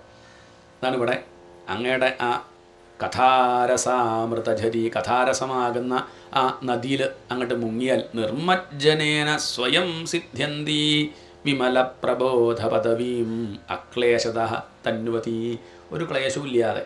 മറ്റത് കഷ്ടപ്പെട്ട് കഴിക്കാണ്ടിരിക്കുക വ്രതം നോൽക്കുമ്പോൾ. എന്നാൽ ഭഗവാന്റെ നാമം ജപിക്കുമ്പോഴും ഈശ്വര കഥകൾ കേൾക്കുമ്പോഴും വിശപ്പ് മറന്നുപോയി. എന്താണ്? 2 വ്യത്യാസമുണ്ട്. മറ്റത് വിശന്നിട്ടും കഴിക്കാണ്ടിരിക്കുക, അത് വിശപ്പ് അറിയണില്ല, സമയം പോകുന്നത് അറിയണില്ല, ഉച്ചയാവണത് അറിയണില്ല, വൈകുന്നേരം ആവണത് അറിയണില്ല. ആരുടെ കാര്യമാണ് പറയണത്? ഭക്തന്മാരുടെ കാര്യം. നമ്മൾ പറയുന്നത് ഞാൻ അറിയണ്ടല്ലോ പറഞ്ഞാൽ നമ്മളെ കാര്യമല്ല, ഭക്തന്മാരുടെ കാര്യം പറയാം. അവരൊന്നും അറിയണില്ല, നേരം പോകുന്നത് അറിയണില്ല, ദിവസം പോകുന്നത് അറിയണില്ല, എവിടെ ഇരിക്കണമെന്ന് അറിയണില്ല, അങ്ങനെയൊക്കെ ഉള്ളവരുണ്ട്. നല്ല രോഗം ബുദ്ധിമുട്ടൊക്കെ ഉള്ളവർ തന്നെ പ്രഭാഷണം അങ്ങോട്ട് തുടങ്ങിയാൽ ഒക്കെ അങ്ങോട്ട് മറക്കും. പ്രശ്നങ്ങളൊക്കെ ഉള്ളവരായിരിക്കും അത് സ്വിച്ച് ഓഫ് ആക്കണ മതി, അതൊക്കെ അങ്ങോട്ട് നിർത്തി പിന്നെ പ്രഭാഷണം. അത് കഴിഞ്ഞാൽ പഴയ വേദന ബുദ്ധിമുട്ട് അത് തൽക്കാലത്തേക്ക് അങ്ങോട്ട് മാറി നിൽക്കും. അത് ഭഗവാന്റെ ഒരു മാജിക്കാണ്. കുറച്ച് നേരത്തേക്ക് ഇത് മാറ്റി കൊടുക്കുക. മേൽപ്പത്തൂർക്ക് ഇപ്പോൾ 2-3 ദശകം വരെ ഭഗവാൻ എന്ത് ചെയ്തു? രോഗത്തെ മാറ്റി നിർത്തി അയാളുടെ ഉള്ളിലുള്ളതൊക്കെ കൊണ്ട് പുറത്തേക്ക് വരട്ടെ കരുതി. പിന്നെ രോഗം കൊടുക്കണമെങ്കിൽ തിരിച്ചങ്ങോട്ട് കൊടുത്തു. അപ്പോഴാണ് അടുത്ത ദശകം. അതുകൊണ്ട് ഈ ഭക്തി എന്ന് പറഞ്ഞാൽ അത് തുടക്കത്തിലേ സുഖ, മറ്റുള്ളതൊക്കെ അവസാനം സുഖമായിരിക്കും, തുടക്കം ക്ലേശ. നല്ലത് അങ്ങനെയല്ല, തുടക്കത്തിലേ മധുരമാണ്. അതാണ് സിദ്ധ്യന്തി വിമല പ്രബോധ പദവീം അക്ലേശതസ്തന്വതീ സദ്യ സിദ്ധികരീ. പെട്ടെന്ന് തന്നെ ഫലവുമുണ്ട്. ജയത്യൈ വിഭോ സൈവാസ്തു മേ ത്വത്പദ പ്രേമ പ്രൗഢിരസാർദ്രതാദ്രുതതരം വാതാലയാധീശ്വര. അതുകൊണ്ട് ഞാൻ ആ ഭക്തിയാണ് അങ്ങയോട് പ്രാർത്ഥിക്കുന്നത്. സംസാരമാകുന്ന സമുദ്രം ഭക്തി ഉണ്ടെങ്കിൽ അതെന്തായി മാറും? അത് കടലായിട്ട് തോന്നില്ല, അത് ഘോര സമുദ്രമായിട്ട് തോന്നില്ല. അത് നീ ഗജേന്ദ്രൻ പറയുന്നുണ്ട്. ആദ്യം സംസാരമാകുന്ന സമുദ്രത്തിനെ രക്ഷിക്കാൻ ഗജേന്ദ്രൻ പറഞ്ഞുവെങ്കിലും കുറച്ചു നേരം ഭഗവാന്റെ നാമം ജപിച്ചു, മനസ്സൊന്ന് ശാന്തമായി. പണ്ട് താൻ കേട്ട പഠിച്ച ആ ഉപനിഷത്തൊക്കെ ഒന്ന് ഓർത്തു വിചാരം ചെയ്തപ്പോഴേക്കും അദ്ദേഹം പറയണത്, ഞാനിപ്പം ആണ്ട് പോണത് ഭഗവാനെ ദുഃഖസമുദ്രത്തിലല്ല, പിന്നെയോ ആനന്ദസമുദ്രമഗ്നാഹ. ഞാനിപ്പോൾ മുങ്ങിയത് എവിടെയാണ്? ആനന്ദസമുദ്രത്തിലാണ്. അതിന് വ്യത്യാസം. നാരായണീയം പഠിക്കുന്നതിൻ്റെ മുമ്പും പഠിച്ചു കഴിഞ്ഞാലും ഭാഗവതം വായിക്കുന്നതിൻ്റെ മുമ്പും ഭാഗവതം വായിച്ചു കഴിഞ്ഞാൽ ആളൊന്നായിരിക്കും, ലോകവും അങ്ങനെ തന്നെയായിരിക്കും. പക്ഷേ വ്യത്യാസമുണ്ട്, കാഴ്ചപ്പാട് മാറും. ഇന്നലെ വരെ പേടിപ്പിച്ച വിഷയങ്ങൾ ഇപ്പം എന്ത് ചെയ്യുന്നില്ല, ഇപ്പം തന്നെ പേടിപ്പിക്കുന്നില്ല.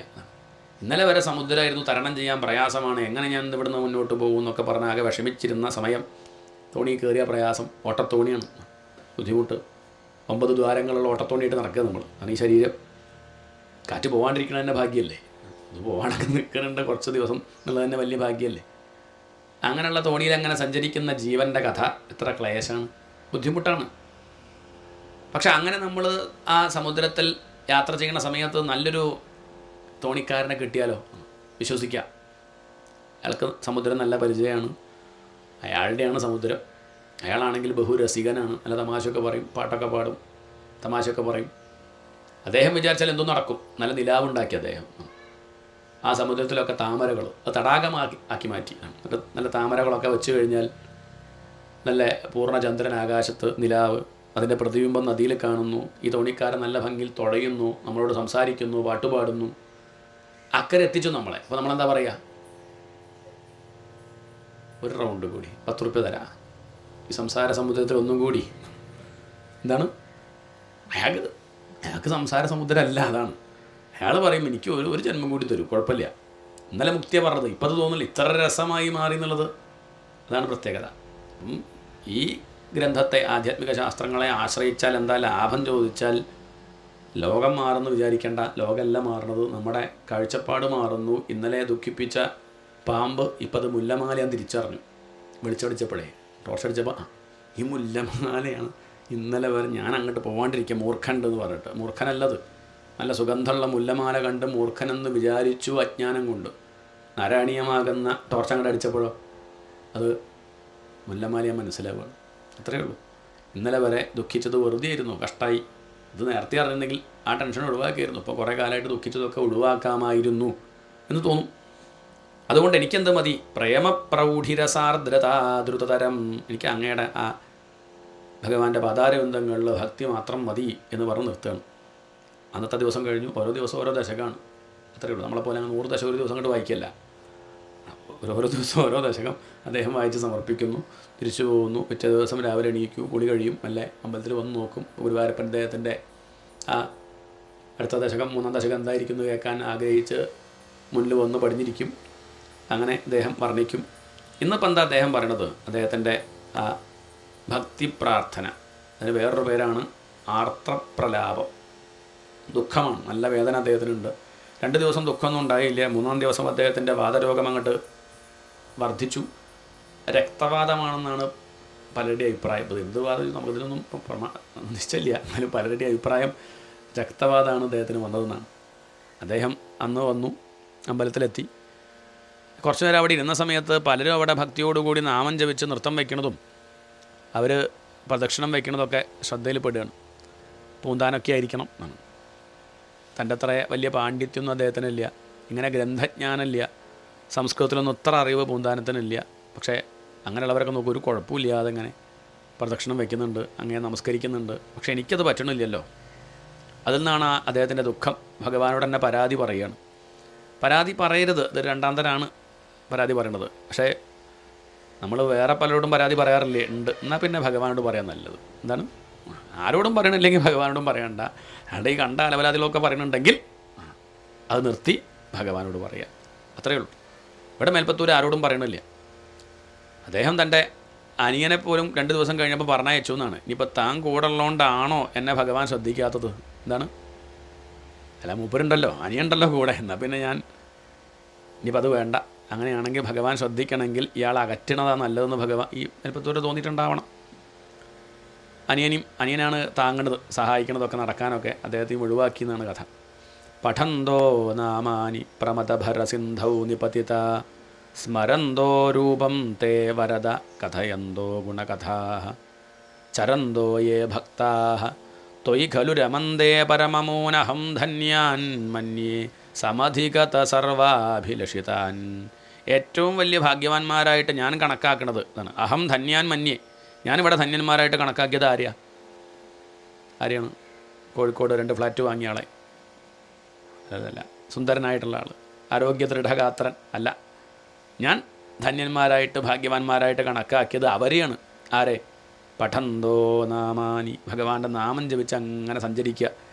ഒരു രോഗവും അവർക്ക് വരുന്നില്ല. നമ്മളൊക്കെ കാണാറുണ്ട് പലരും. ഗുരുവായൂരിനെ നമുക്ക് പരിചയമുള്ള കുറേ അമ്മമാരുണ്ട്. അവരൊക്കെ അവിടെ ഒന്ന് താമസിക്കുക, നല്ല പ്രായമുള്ള അമ്മമാർ ഗുരുവായൂരുള്ള ഏറ്റവും അവിടെ നിൽക്കുകയാണ്. അവരെ നോക്കണത് ഇപ്പോൾ ആരാ? നമുക്ക് തോന്നുന്നു 10-54 വയസ്സായി, ആരും ഒപ്പം ഇല്ലാനും. ഇവരെങ്ങനെയാണ് കഴിഞ്ഞു കൂടുന്നത്? ഇനി ഫ്ലാറ്റിലുള്ള കാര്യം വിടുക, മുറ്റത്തൊക്കെ ഇറങ്ങി നോക്കി നോക്കൂ, എത്രയോ പേര് അവിടെ ഇരിക്കുന്നുണ്ട്. നമുക്കാണെങ്കിൽ ഇവിടെ എത്രയൊക്കെ സൗകര്യത്തിൽ ഇരുന്നിട്ട് എന്നും ജലദോഷം, തൊണ്ടവേദന, പനി, ഇത് മാറിയ സമയമല്ല. അവിടെ അവർക്കൊന്നുമില്ല. അവരങ്ങനെ ഭഗവാന്റെ നാമം ജപിച്ച് നേതിച്ചോറും കഴിച്ച് അവിടെ അങ്ങനെ സഞ്ചരിക്കുകയാണ്. പഠന്തോ നാമാനി പ്രമദഭരസിന്ധൗ നിപതിത സ്മരന്തോ രൂപം തേ. എനിക്കത്രയേ വേണ്ടൂ. ഇങ്ങനെ നാമം ജപിച്ച് സഞ്ചരിക്കുക, അങ്ങയുടെ രൂപം അങ്ങനെ ഓർത്ത് കഴിയുക. കഥയന്തോ ഗുണകഥാഹ, അങ്ങയുടെ കഥകൾ ഇങ്ങനെ പാടുക. ആരും കേൾക്കാനില്ലെങ്കിലോ വട്ടേരി കേൾക്കണമെന്നൊന്നുമില്ല, ഞാൻ എന്നോട് തന്നെ പാടുകയാണ്. എന്താണ്? ആചാര്യന്മാർക്കുള്ള പാടാണ്. കേൾക്കണില്ല എന്ന് പറഞ്ഞ് പറയാണ്ടിരിക്കേണ്ടെന്ന് അർത്ഥം. സ്വയം പറയുക, അവനവൻ തന്നെ പറയണു, ഒരു ഭാഗത്തിരുന്ന് അവനവൻ തന്നെ കേൾക്കണു, പറയുന്ന ആളും കേൾക്കുന്ന ആളും ഭഗവാൻ എന്ന് കണക്കാക്കി അങ്ങനെ ഇരിക്കുക. താൻ തന്നെ ആസ്വദിക്കുക. ഒറ്റയ്ക്ക് പറഞ്ഞ് നമ്മൾ രസിക്കാറില്ലേ? ഒറ്റയ്ക്കിരുന്ന് ചിന്തിക്കണത് എന്താ? ആരോടാ പറയണത്? സ്വയം പറയാറില്ലേ? ഇല്ല. പിന്നെയോ അല്ല, അതും ഇങ്ങനത്തെ ആയിക്കോട്ടെ. നാരായണീയം വായിച്ചൊറ്റയ്ക്ക് പറയൂ, മിണ്ടാണ്ടിരുന്നോളൂ, കണ്ണടച്ചങ്ങ ഇരുന്ന് ഇങ്ങനെ പറഞ്ഞു നോക്കൂ, അല്ലെങ്കിൽ കണ്ണ് തുറന്നിരുന്നിട്ടും അങ്ങനെ. ഇപ്പം പലതും പറയണതൊന്നും പുറത്ത് പറയണ്ട. അതൊക്കെ വലിയ ബുദ്ധിമുട്ടുള്ള കാര്യമാണ്. അതാണ് വീണ്ടും വീണ്ടും നമ്മളെങ്ങനെ വേദനിപ്പിക്കുന്നത്. നമ്മളത് പറഞ്ഞ് ഉറപ്പിക്കുകയാണ്. അത് പറയാണ്ടിരിക്കുക, അതിന് പകരം ഇത് പറയുക. പഠന്തോ നാമാനി പ്രമദഭരസിന്ധൗ നിപതിതാ സ്മരന്തോ രൂപം, അങ്ങയുടെ രൂപം സ്മരിച്ചും കൊണ്ട് കഥയന്തോ ഗുണകഥ. ഈ ഒരു ദശകത്തിൽ വരദ വരദ വരദ എന്ന് ആവർത്തിക്കുന്നത് കാണാം. വരം തരുന്നവനെ എന്നാണ്. എന്താ അങ്ങനെ ഇടയ്ക്കിടയ്ക്ക് വിളിച്ചു പറയണത്? എനിക്ക് ഒറ്റ വരേ വേണ്ടു, എന്ത്? തൽക്കാലം ഈ രോഗമൊന്ന് മാറ്റിത്തരണം എന്നാണ്. അതാണ് ഈ അധ്യായത്തിൽ, ഈ ദശകത്തിൽ അദ്ദേഹം പറയണത്. ഇവിടെ മുതലേ രോഗം മാറ്റാൻ പറയണു. 2 ദശകം നമ്മൾ കണ്ടല്ലോ, അവിടെ നിന്ന് എന്ത് പറയണില്ല? രോഗത്തെപ്പറ്റി പരാമർശിക്കുന്നില്ല. ഈ ദശകത്തിൽ അദ്ദേഹത്തിന് അത് പറയാണ്ടിരിക്കാൻ വയ്യ, കാരണം അത്രയ്ക്ക് വിഷമം അദ്ദേഹം അനുഭവിക്കുന്നുണ്ട്. ഇനി അവസാനം അദ്ദേഹം പറയും, ഞാൻ രോഗം മാറ്റണമെന്ന് പറഞ്ഞത് എന്തിനാ ഇഷ്ടമുണ്ടോ? എന്തിനാ നമ്മളിപ്പോൾ മാറ്റണമെന്ന് പറഞ്ഞത് എന്തിനാ? നല്ലൊരു പല്ല് വേണേ ഭഗവാനെ, എന്ത് വർത്തപ്പേരി കഴിക്കുക അല്ലേ? ആരോഗ്യം വേണം ഭഗവാനെ, എന്തിന് ശയനപ്രദർശനം വയ്ക്കാനോ? എന്തിനാ ആരോഗ്യം വേണമെന്ന് പറയുന്നത്? എന്തിനാ പറയൂ? അതാണ്. അത് വേറെ പലതിനും അല്ലേ? ഇതങ്ങനെയല്ല. അതാണ് മേൽപ്പത്തൂർ പറഞ്ഞത്. ഞാൻ ആരോഗ്യം ചോദിക്കണതേ എനിക്കിനി പോയിട്ട് വേറെ എന്തെങ്കിലും ലൗകികമായ വിഷയങ്ങളുടെ പിന്നാലെ പോകാനല്ല. നാവ് ചലിക്കുന്നുണ്ടെങ്കിലല്ലേ അങ്ങയുടെ കീർത്തനങ്ങൾ പാടാൻ പറ്റുള്ളൂ. ഈ ശരീരം ഒന്ന് ശരിയായാൽ മാത്രമല്ല, എനിക്ക് ഏങ്ങി വലിച്ച് പ്രദക്ഷിണം വയ്ക്കുമ്പോൾ വലിയ പ്രയാസമുണ്ട്. അതൊന്നും മാറി ആ പൂന്താനം നടക്കുന്നത് പോലെ നടക്കാൻ പറ്റിയിരുന്നെങ്കിൽ അത്രേ ആഗ്രഹമുള്ളൂ. അല്ലാണ്ട് വേറെ ആരെയും ചവിട്ടാനോ ഉപദ്രവിക്കാനോ അല്ല ആരോഗ്യം വേണമെന്ന് പറയണത്. നമ്മളങ്ങനെയല്ല. അതാണ് വ്യത്യാസം. അതുകൊണ്ട് ഇദ്ദേഹത്തിൻ്റെ പ്രാർത്ഥന തെറ്റെന്ന് പറയാൻ വയ്യ. പഠന്തോ നാമാനി പ്രമദഭരസിന്ധൗ നിപതിതാ സ്മരന്തോ രൂപം തേ വരദ കഥയന്തോ ഗുണകഥാഹ ചരന്തോ യേ ഭക്താഹ ത്വയി ഖലു രമന്തേ. ഇങ്ങനെ അങ്ങയുടെ കഥകളും പാടി അങ്ങയുടെ ആ പ്രസാദവും കഴിച്ച് അങ്ങയെ തന്നെ ദർശിച്ച് ഇങ്ങനെ നടക്കുന്ന അവരെയാണ് ഞാൻ ധന്യന്മാരായിട്ട് കണക്കാക്കുന്നത്, അല്ലാതെ വേറെ ആരുമല്ല. ഗതക്ലിഷ്ടം കഷ്ടം തവ ചരണസേവാരസഭരേപ്യനാസക്തം ചിത്തം ഭവതി ബത വിഷ്ണോ കുരുദയാം ഭവത്പാദാംഭോജസ്മരണരസികോ നാമ നിവഹാൻ അഹം ഗായം കുഹജന വിവത്സ്യാമി വിജനേ. ഗതക്ലിഷ്ടം കഷ്ടം. ഭഗവാനെ, എന്നോട് അലോക്യം തോന്നരുത്, ഞാനിങ്ങനെ ചീത്ത പറയണതേ വയ്യായിട്ട് തന്നെയാണ്, ശരിക്കും വയ്യായിട്ടാണ് ഈ പറയണത്. ഗതക്ലിഷ്ടം കഷ്ടം തവ ചരണ സേവാരസഭരേപി അനാസക്തം ചിത്തം. മനസ്സങ്ങയുടെ പാദത്തിൽ വെക്കണമെന്ന് ആഗ്രഹമില്ലായിട്ടല്ല, പക്ഷേ വേദന കൊണ്ട് സാധിക്കുന്നില്ല. ശരിയാണ്, ഞാനിങ്ങനെ വേദനിക്കുമ്പം ചിന്തിച്ചിട്ടൊക്കെ ഉണ്ട് ഇങ്ങനെ, എന്താ ഇപ്പോൾ ഉണ്ണിക്ക് അത്രയ്ക്ക് വേദന? അല്ല, അപ്പത്തല്ല, പണ്ടൊക്കെ കുറച്ച് വേദനയൊക്കെ ഉണ്ടായ സമയത്ത് ഈ ഒരു ഭാഗവതവും നാരായണിയൊക്കെ കേട്ട് എങ്ങനെയാണ് അപ്പോൾ ഈ വേദന ഇല്ലാണ്ട് അവിടെ നിന്നൊക്കെ ഒന്ന് അന്വേഷിച്ച് നോക്കിയിട്ടൊക്കെ ഉണ്ട്. പക്ഷേ പറ്റില്ല, കുറച്ചൊക്കെ ബുദ്ധിമുട്ടുണ്ടാവും. 2-3 ദിവസം ശ്രമിച്ചാൽ പറ്റും. 3 ദിവസമൊക്കെ ഉറങ്ങാണ്ടിരുന്നിട്ടുണ്ട്, കൈ പൊള്ളിയിട്ട്. അപ്പോഴൊക്കെ അതിങ്ങനെ ചിന്തിച്ച് നോക്കി. നമ്മളങ്ങനെ വിചാരിക്കും എന്താ ചിലതൊക്കെ ഓർക്കാൻ വേണ്ടിയുള്ളൊരു അവസരമായിരിക്കും. ഇതിപ്പോൾ കുറേ കാലം ഇങ്ങനെ പറയലേ ഉണ്ടായുള്ളൂ, ഒന്ന് നോക്കൂ, ഈ പറഞ്ഞതൊക്കെ ഒന്ന് പ്രാവർത്തികമാക്കാൻ ഒന്ന് ശ്രമിക്കുമെന്നായിരിക്കാം. അപ്പം അങ്ങനെ ഇരുന്നു. ആദ്യത്തെ ദിവസമൊക്കെ വലിയ പ്രയാസം തന്നെയാണ്, ദേഷ്യം വരും. അങ്ങനെ ശരീരത്തിന് പൊള്ളലുണ്ടാകുമ്പം ഉറക്കം ഇല്ലാണ്ടിരിക്കുമ്പോഴൊന്നും പറ്റില്ല. ഭഗവാനെ നാമം ജപിക്കാൻ പറഞ്ഞു നോക്കും, എവിടെയും പോയിട്ട് ഇങ്ങനെ വയ്യാണ്ടിരിക്കുമ്പോൾ നാമം ജപിക്കുക പറഞ്ഞാൽ തല്ല് കിട്ടും. അതുണ്ടാവുക പറ്റില്ല, തുടക്കത്തിൽ പറ്റില്ല, പ്രയാസം തന്നെയായിരിക്കും. വേദന ഉണ്ടാകുമ്പോൾ പ്രയാസമാണ്. പക്ഷേ മേൽപ്പത്തൂർ മാറും, കുറച്ച് കഴിയുമ്പോൾ മേൽപ്പത്തൂർക്ക് പക്ഷേ എന്തുണ്ട്, വേണമെന്നുണ്ട്. എന്താണ് ആ ചിന്ത ഉണ്ടല്ലോ, ജപിക്കുകയാണ് വേണ്ടത്, അതാണ് ശരി എന്നുള്ള അഭിപ്രായമുണ്ട്. പലർക്കും അതന്നെ ഇല്ല എന്നുള്ളതാണ് പ്രശ്നം. ലക്ഷ്യം ഉറപ്പിച്ചിട്ടുണ്ട്, അതാണ് വേണ്ടത്, അതാണ് വഴി, അതിലെത്തിയാൽ ശരിയാവുമെന്ന് ഉറപ്പുണ്ട്. അതുകൊണ്ട് അദ്ദേഹം പറയാണ്, മോഹനിലായിട്ടല്ല, ഞാൻ അങ്ങയുടെ പാദത്തെ ചിന്തിക്കണമെന്ന് വിചാരിക്കാനായിട്ടല്ല, പക്ഷേ അതുപോലും എനിക്ക് സാധിക്കുന്നില്ല ഈ വേദന കൊണ്ട്. അനാസക്തം ചിത്തം ഭവതി ബത വിഷ്ണോ. അങ്ങ് വ്യാപിച്ചിരിക്കുന്നവനല്ലേ, അതാണ് വിഷ്ണു. അങ്ങേക്കപ്പോൾ വലിയ ഹൃദയമാവില്ലേ? എന്നിട്ടെന്താ എന്നോട് അങ്ങ് ആ ഒരു വലിയ ഹൃദയത്തിൻ്റെ സ്വഭാവം കാണിക്കാത്തത്? കുരുദയാം, കുറച്ചൊരു കാരുണ്യം എന്നോട് കാണിച്ചൂടെ? ഭവത്പാദാംഭോജസ്മരണരസികോ നാമ നിവഹാൻ അഹം ഗായം കുഹചന വിവത്സ്യാമി വിജനേ. ഞാൻ ഇവിടം വിട്ടങ്ങോട്ട് പോയാലോ എന്ന് തന്നെ ആലോചിക്കുന്നുണ്ട് എന്നാണോ ഇനിയിപ്പം ഈ പട്ടേരി പറയാൻ പോകുന്നത്? അങ്ങനെ പറയണില്ല, ഞാനെന്തായാലും പോകാൻ ഉദ്ദേശിക്കുന്നില്ല. ഗായം കുഹജന വിവത്സ്യാമി വിജനേ. ഈ ആളും തിരക്കും ഇല്ലാത്ത സ്ഥലം പോയിരുന്ന്, കാരണം പലരും കളിയാക്കുന്നുണ്ടേ, കണ്ടില്ലേ ആ പട്ടേരി ഭക്തൻ, നോക്കൂ എത്ര കേമായിട്ട് അയാൾ 2 ദശമൊക്കെ അല്ലേ, ഇങ്ങനെയുള്ള ആൾക്ക് ഈ ഒരു ഗതി വന്നുവല്ലോ, കഷ്ടം തന്നെ എന്നൊക്കെ പലരും ഇങ്ങനെ കളിയാക്കുമ്പം അതൊരു വിഷമം. അത് ഗുരുവായൂരപ്പനെ കളിയാക്കല്ലേ തോന്നുക. എന്താണ് ഇല്ലേ, ചേട്ടൻ അങ്ങനെ പറയാറില്ലേ, ഭാഗവതം വായിക്കുന്ന ആൾക്ക് കണ്ടില്ലേ കിടക്കണ കിടപ്പ് കണ്ട്. അപ്പോൾ അത് ഭഗവാനെ കളിയാക്കണത് പോലെ തോന്നുന്നതാണ്, അതാണ് വിഷയം. അതുകൊണ്ട് ഞാനെന്തായാലും ആൾ കാണുക കിടക്കണ്ട, ഏതെങ്കിലും ഭാഗത്ത് കുഹജന വിവത്സ്യാമി വിജനേ. ആളും തിരക്കൊന്നും ഇല്ലാത്തൊരു ദിക്കിൽ പോയിരുന്നിട്ടേ ഞാൻ എന്ത് ചെയ്യാം, അവിടെ ഇരുന്ന് അങ്ങയെ ഭജിക്കാം. അല്ല, ഭജിക്കാൻ എങ്ങനെയാണ് പറ്റരുത്, തനിക്ക് പറ്റുക, തനിക്ക് വയ്യ എന്നല്ലേ പറയണത്? വയ്യ, ഇപ്പം വയ്യാനുള്ളത് ശരിയാണ്, പക്ഷേ അങ്ങനോട് കാരുണ്യം കാണിക്കാണ്ടിരിക്കുമോ? കൃപാതേ ജാതാചേത്. ഞാൻ പോയി ജപിക്കാമെന്ന് പറഞ്ഞത് എൻ്റെ കഴിവ് കൊണ്ട് ജപിക്കാമെന്നല്ല, അങ്ങയുടെ കൃപയുണ്ടെങ്കിൽ എന്നാണ്. കൃപാതേ ജാതാചേത്. അങ്ങയുടെ കാരുണ്യം ഉണ്ടെങ്കിൽ ഇവിടെ ലോകത്ത് സാധിക്കാത്തതായിട്ടുള്ള ഏത് കാര്യമുള്ളത്? അങ്ങയുടെ കൃപ ഉണ്ടെങ്കിൽ. അതാണ് ഒരു പ്രധാനപ്പെട്ട പാഠം, അത് വലിയൊരു പാഠമാണ്. നമ്മളതങ്ങനെ ഓർക്കില്ല. നല്ലതൊക്കെ വരുമ്പോഴും കേമത്തുണ്ടാകുമ്പോഴൊക്കെ എൻ്റെന്ന് വിചാരിക്കും. ആപത്ത് വരുമ്പോൾ അത് ഭഗവാൻ കൊടുക്കും, അത് ഗുരുവായൂരപ്പൻ്റെ കളി കേട്ടോ. അപ്പം താൻ നേരെ ചെയ്തൊക്കെ അതിൻ്റെ കേമത്ത് അങ്ങനെയാണ്. ഇതിവിടെ മേൽപ്പത്തൂർ പറയുകയാണ്, കൃപാതേ ജാതാചേത്. അങ്ങയുടെ കൃപ ഉണ്ടെങ്കിൽ കിമിവ നഹി ലഭ്യം തനുഭൃതാം. എന്താ ഇവിടെ ഇപ്പം ഒരാൾക്ക് സാധിക്കാത്തതായിട്ടുള്ളത്? മദീയക്ലേശൗഘപ്രശമനദശ നാമ കിയതി. ഈ പ്രപഞ്ചം സൃഷ്ടിച്ച് പരിപാലിച്ച് പ്രളയം ലയിപ്പിക്കുന്ന അങ്ങേക്ക് എൻ്റെ ഈ ചെറിയൊരു വാതരോഗം മാറ്റുക എന്നുള്ളത് വലിയ വിഷയമാണോ? ഈ കാണുന്നതൊക്കെ ബ്രഹ്മാണ്ടം ഉണ്ടാക്കിയ ആൾക്കേ മേൽപ്പത്തൂരിൻ്റെ വാതരോഗം മാറ്റുക വലിയ ബുദ്ധിമുട്ടുള്ള കാര്യമാണ്. നാമകിയതി, അതൊക്കെ അങ്ങേക്ക് എന്താണ്? ഒരു നാമ എന്ന് പറഞ്ഞാൽ ചെറിയൊരു കാര്യമുള്ളൂ, തുച്ഛമായ വിഷയമാണ്. അതങ്ങ് മാറ്റിത്തരാണ്ടിരിക്കുമോ? ന കേ ലോകേസ്മിൻ അനിശമയി ശോകാഭിരഹിത ഭവത്ഭക്ത മുക്താ സുഖഗതിമസക്ത വിദതേ. അങ്ങനെ ഭജിക്കാത്ത ആളുകളൊക്കെ ഇവിടെ നോക്കൂ, സുഖമായിട്ടിരിക്കുന്നുണ്ട്. എന്നാൽ അങ്ങയുടെ ഭക്തനായ എൻ്റെ കഥ അങ്ങ് കാണുന്നില്ലേ? മുനിപ്രൗഢാരൂഢാ ജഗതി ഖലു ഗൂഢാത്മകതയോ ഭവത്പാദാംഭോജസ്മരണ വിരുജോ നാരദമുഖാഹ. അങ്ങയുടെ നാമം ജപിച്ചിട്ട് നാരദാദി ഋഷീശ്വരന്മാരൊക്കെ നാരദമുഖാഹ എന്നുള്ളതിൽ നാരദർ മാത്രമല്ല, പ്രമുഖൻ നാരദർ, പിന്നെ നാരദരുടെ പിന്നാലെ തന്നെ എത്ര പേരുണ്ട്, ശ്രീശുകർ, നാരദർ, ഇങ്ങനെ ധാരാളം ഭക്തന്മാർക്ക് അവർക്ക് പ്രഷറില്ല, ഷുഗറില്ല, കൊളസ്ട്രോളില്ല, ക്ഷീണമില്ല, ഒന്നുമില്ല. നമുക്ക് അതേ ഉള്ളൂ വരും. അവർക്കൊരു പ്രശ്നമില്ല. അവർ ഭാഗവതം കേട്ട് നാമവും ജപിച്ച് ഒരു പ്രശ്നമില്ലാണ്ട് സഞ്ചരിക്കുന്നുണ്ടല്ലോ. നാരദമുഖാഹ ചരന്തീശസ്വൈരം സതത പരിനിർഭാത പരജിത് സദാനന്ദ അദ്വൈത പ്രസര പരിമഗ്നാഹ കിമപരം. അതല്ലാണ്ട് എന്താ ആഗ്രഹിക്കേണ്ടത്? എനിക്കത് മാത്രമേ ആഗ്രഹമുള്ളൂ. ഈ ഒരു ശരീരത്തിൻ്റെ ആ ഒരു പ്രയാസം മാറ്റി ആ നാരദാദി ഋഷീശ്വരന്മാരെ പോലെ അങ്ങയുടെ നാമം ജപിച്ച് അങ്ങയുടെ കഥകൾ കേട്ട് അങ്ങയുടെ രൂപം സ്മരിച്ച് സഞ്ചരിക്കണം. ഭവത് ഭക്തിസ്ഫീതാ ഭവതു മമ സൈവ പ്രശമയേത് അശേഷക്ലേശൗഘം ന ഖലു ഹൃദി സന്ദേഹകണിക. ഒട്ടുനിക്കൊരു സംശയമില്ല, അങ്ങയുടെ കാരുണ്യം ഉണ്ടെങ്കിൽ എൻ്റെ ദുഃഖം തീരുന്നുള്ള കാര്യത്തിൽ എനിക്ക് സംശയമില്ല. കാരണം അങ്ങയുടെ കൃപയ്ക്കാണോ എൻ്റെ പാപത്തിനാണോ ഇതിനാ കൂടുതൽ ശക്തി? മേൽപ്പത്തൂരെ തൻ്റെ പാപം കൊണ്ടാണോ താനിങ്ങനെ? എൻ്റെ പാപത്തിനാണോ അങ്ങയുടെ കാരുണ്യത്തിനാണോ ഇതിനാ കൂടുതൽ ശക്തി? നമുക്ക് സന്ദേഹം ഉണ്ടെന്നുള്ളതുകൊണ്ടാണ് ഇപ്പോഴും ഫലിക്കാത്തത്.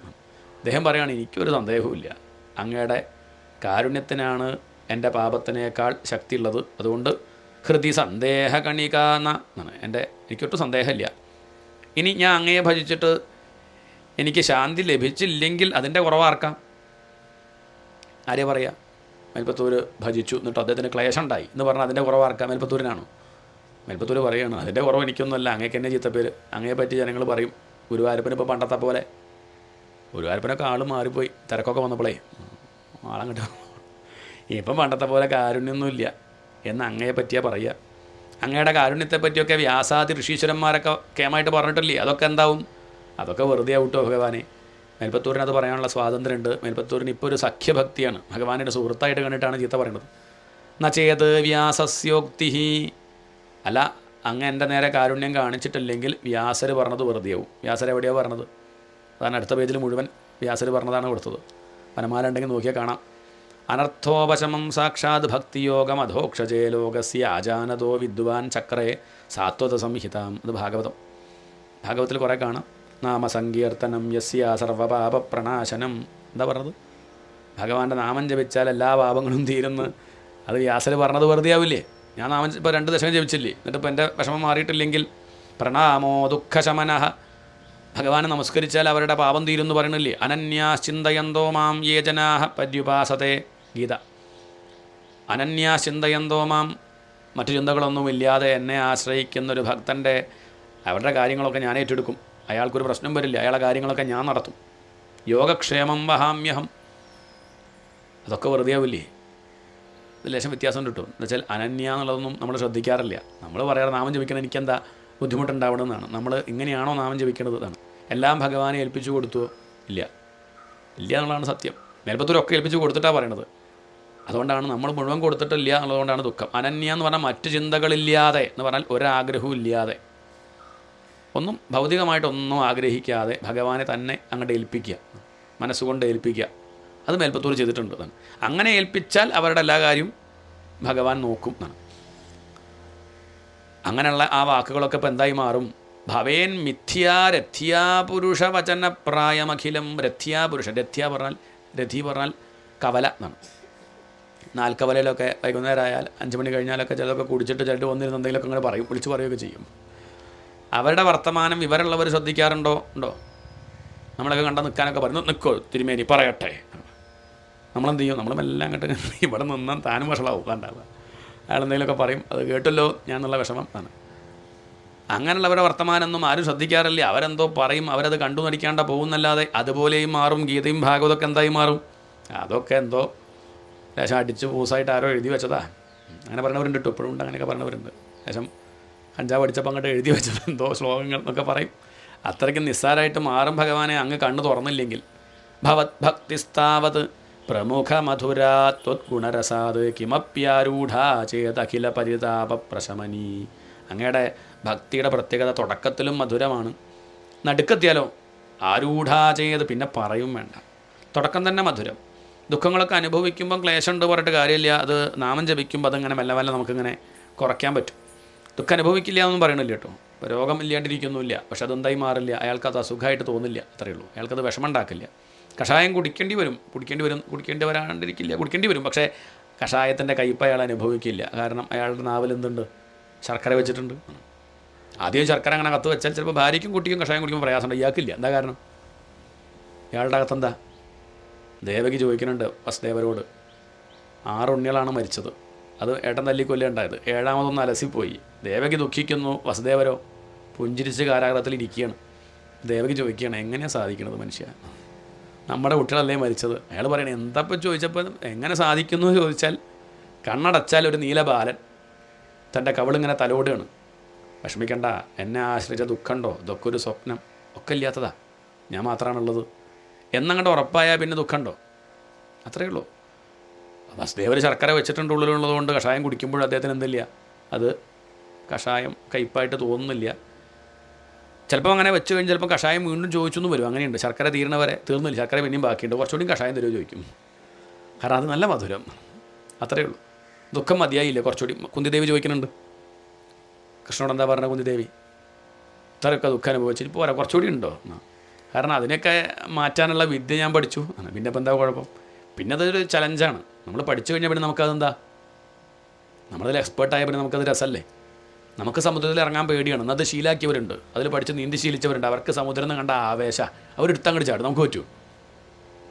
അത്രയേ ഉള്ളൂ. അതിനെപ്പറ്റി അങ്ങോട്ട് വ്യക്തമായി മനസ്സിലാക്കിയവരെ സംബന്ധിച്ച് അത് ഉത്സാഹമാണ്. ദുഃഖത്തെ തരണം ചെയ്യാൻ പഠിച്ചവരെ സംബന്ധിച്ച് പിന്നെ ദുഃഖം വരട്ടെ, കാണാം, അത്രയേ ഉള്ളൂ. അതുകൊണ്ട് ഈ ഭക്തി ഉണ്ടെങ്കിൽ തുടക്കത്തിൽ തന്നെ മധുരമാണ്. കുറച്ചങ്ങോട്ട് കയറിക്കഴിഞ്ഞാൽ പിന്നെ പറയും വേണ്ട. ആരൂഢാചേത് പരിതാപപ്രശമനീ പുനശ്ചാന്തേ, ഇനി അവസാനത്തിലാവട്ടെ, സ്വാന്തേ വിമല പരിബോധോദയമിളൻ മഹാനന്ദാദ്വൈതം ദിശതി.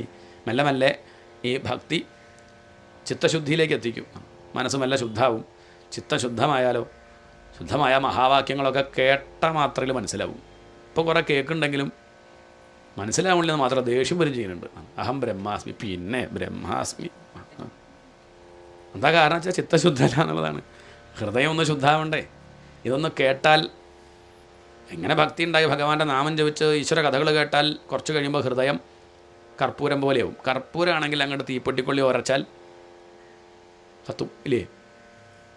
നനഞ്ഞ വർഗ്ഗമാണെങ്കിലോ കത്തു, വാഴപ്പിണ്ടിയാണെങ്കിലോ അടുപ്പ് കൊണ്ടിട്ടാലോ കത്തില്ല. അങ്ങനെ ശീശി പറഞ്ഞിരിക്കും. വ്യത്യാസം മനസ്സിലാവണില്ലേ? അത് തീയിൻ്റെ കുഴപ്പമല്ല, കത്താനുള്ള പ്രാപ്തി നമ്മൾ നേടണ്ടേ, അതാണ് മുഖ്യം. അതുകൊണ്ട് ഈ ഭക്തി തുടക്കത്തിലും സന്തോഷമാണ്, കുറച്ചങ്ങോട്ട് കയറിയാൽ അപ്പോഴും സന്തോഷമാണ്. ഇനി അവസാനത്തിലാവട്ടെ ചോദിക്കൊന്നും വേണ്ട. അദ്വൈതാനുഭൂതി ആര് തരും? ആ ഭഗവാൻ തരും. നമ്മൾ ചോദിക്കൊന്നും വേണ്ട, എനിക്ക് ബ്രഹ്മാനന്ദം വേണം എന്ന് അവകാശപ്പെട്ട് ചോദിക്കൊന്നും വേണ്ട. അത് തരും. ആര് തരും? ഭഗവാൻ അത് തരും. മഹാനന്ദാദ്വൈതം ദിശതി കിമത പ്രാർത്ഥ്യമപരം വിധൂയ ക്ലേശാന്മേ കുരു ചരണയുഗമം ധൃതരസം. അതുകൊണ്ട് ഭഗവാനെ, അങ്ങ് എൻ്റെ ക്ലേശങ്ങളൊക്കെ നീക്കി അങ്ങ് എന്ത് തരണം? അങ്ങയുടെ ചരണയുഗമം, ആ പാതാരവിന്ദം എനിക്ക് തരുമോ? ഭവത് ക്ഷേത്രപ്രാപ്തൗ കരമപിച്ച തേ പൂജനവിധൗ. ഉപാസന പറയുകയാണ്, സാധന. എന്തിനാ എനിക്ക് ആരോഗ്യം വേണമെന്ന് പറയണത്? എന്തിനാ ചോദിച്ചാൽ, എനിക്ക് ശരീരം നന്നായാൽ, എൻ്റെ ഈ പാദം നേരെ അയച്ചാൽ എനിക്ക് അങ്ങയുടെ ഭവത് ക്ഷേത്രപ്രാപ്തവും, അങ്ങയുടെ ക്ഷേത്രത്തിലേക്ക് വരായിരുന്നു, പ്രദക്ഷിണം വയ്ക്കാൻ പറ്റുമായിരുന്നു. കരമപിച്ചതേ പൂജനവിധൗ. ഈ കൈയിൻ്റെ വയ്യായി ഒന്ന് മാറിയാൽ എനിക്ക് എന്ത് ചെയ്യാം? 1-2 പുഷ്പം അർച്ചിക്കണമെന്ന് ഇപ്പം മോഹല്യല്ല, പക്ഷേ കൈ സമ്മതിക്കണ്ടേ? എന്തു ചെയ്യും? അത് പറ്റുമായിരുന്നു. ഭവന്മൂർത്തിയാലോകേ നയനമഥതേ പാദ തുളസി പരിഘ്രാണേ. ഈ മുക്കുകൊണ്ട് അങ്ങയുടെ പാദത്തിൽ അർച്ചിച്ച തുളസിയുടെ ഘ്രാണം, അതൊന്ന് തുളസി ഒന്ന് ഘ്രാണിക്കുക, അതൊന്ന് ശ്വസിക്കുക, അതിൻ്റെ വാസന ഒന്നറിയുക. പിന്നെയോ ഈ കണ്ണുകൊണ്ട് ദീപാരാധന ഒന്ന് തൊഴുക. ശ്രവണമപിത്തേ ചാരുചരിതേ. ഈ ചെവി കൊണ്ട് അങ്ങയുടെ കഥകൾ കേൾക്കുക. എന്താ നാവിൻ്റെ കാര്യം പറയാഞ്ഞത്? അത് പറഞ്ഞില്ലേ? ബാക്കിയൊക്കെ പറഞ്ഞു. കണ്ണ് പറഞ്ഞു, മൂക്ക് പറഞ്ഞു, ചെവി പറഞ്ഞു, ത്വക്ക് പറഞ്ഞു. പക്ഷെ എന്ത് പറഞ്ഞില്ല? നാവ് ഇപ്പം കുഴപ്പമില്ലല്ലോ. അതാണ് ഇപ്പം നാവുകൊണ്ടല്ലേ ഇപ്പം ദശകം ചൊല്ലുകയാണ്, എഴുതല്ല. മേൽപ്പത്തൊരു ചൊല്ലുകയാണ്. നാവിനിപ്പം കുഴപ്പമില്ല.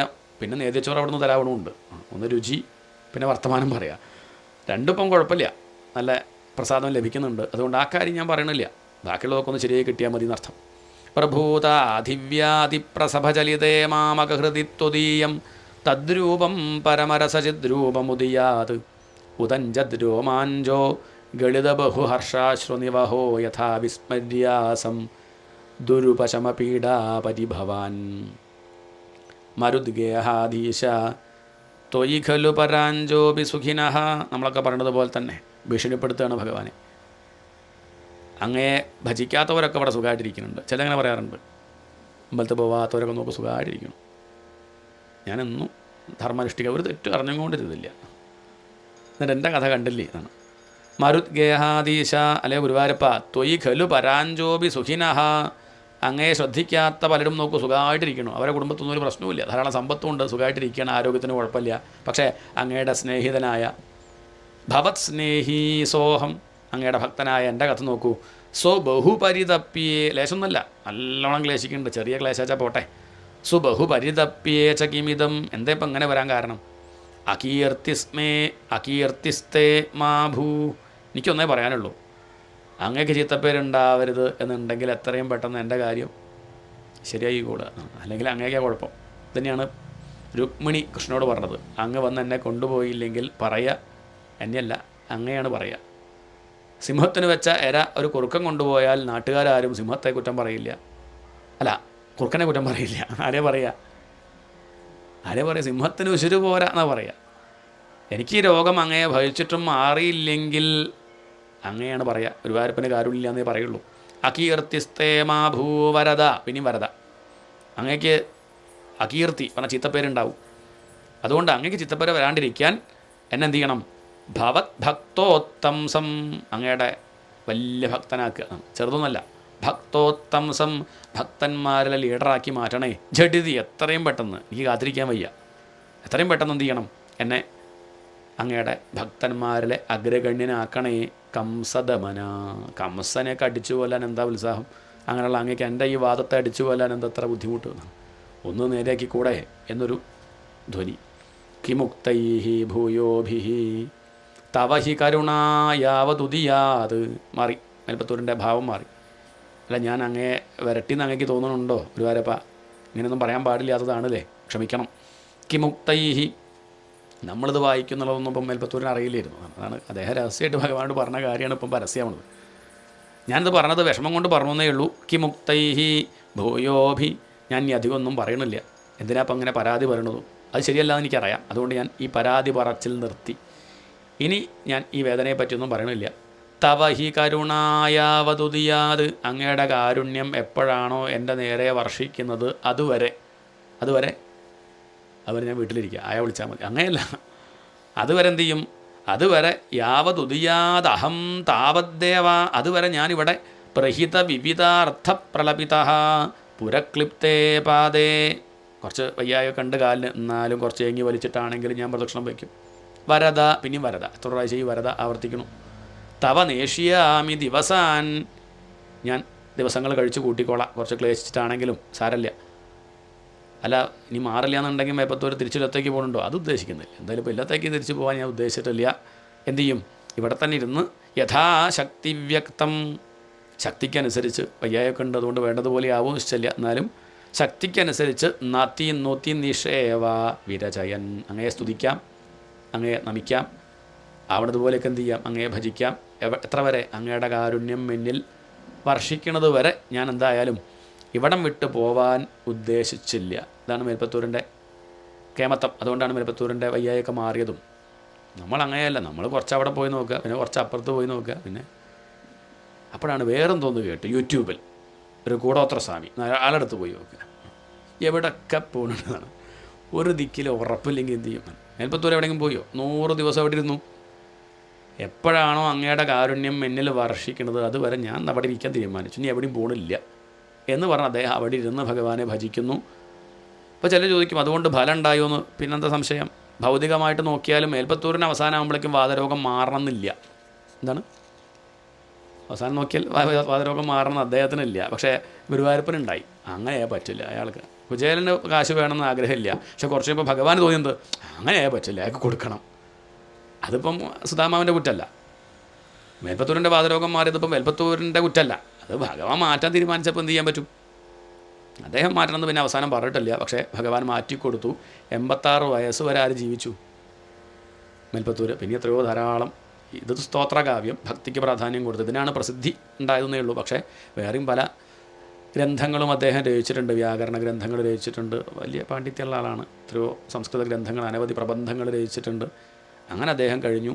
അവസാനം തൻ്റെ ഗുരുനാഥനെ പരിചരിച്ചിട്ടാണ് അദ്ദേഹം പോകുന്നത്. ആ ഒരു ശ്ലോകം വനമാലയിൽ കൊടുത്തിട്ടുണ്ട്. പേജ് നമ്പർ 26 കാണാം. അവസാനം തൻ്റെ ഗുരുനാഥൻ വയ്യാണ്ട് കിടക്കുന്ന സമയത്ത് അദ്ദേഹത്തിനെ പരിചരിച്ചു, കൂടെ നിന്നു. അപ്പോൾ അത്രയ്ക്ക് ആരോഗ്യം അദ്ദേഹത്തിനുണ്ടായിരുന്നു.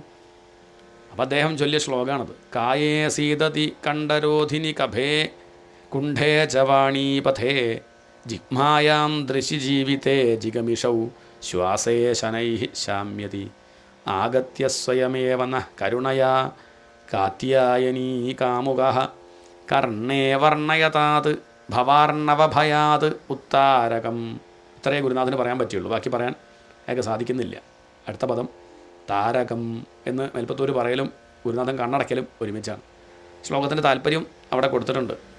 അല്ലയോ കാത്യായനീ കാമുക, കാത്യായനിയുടെ കാമുകനായ മഹാദേവ, കായേ സീതതി, ശരീരത്തിന് തീരെ വയ്യ എന്നാണ്. ജീവൻ പോവാറായി.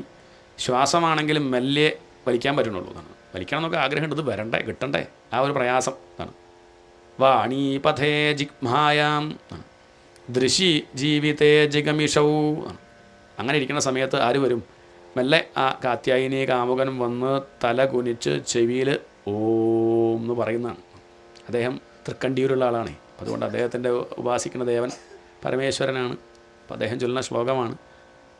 അവസാനം കർണേ വർണ്ണയതാത്, ഉടനെ തന്നെ വന്ന് എൻ്റെ ചെവിയിൽ അങ്ങനെ ചെയ്യണം, ഈ ഭവാർണവ ഭയം ഇല്ലാണ്ടിയാക്കാനായിട്ട് ആ താരകമന്ത്രം ജപിക്കണേ എന്ന് പറയാണ്. കർണേ വർണ്ണയതാത് ഭവാർണവ ഭയാതുത്താരകം എന്ന് പറയലും പിന്നെ ശബ്ദം കിട്ടണില്ല. മേൽപ്പത്തൂർ എന്ത് പറഞ്ഞു? അത് പൂരിപ്പിച്ചു.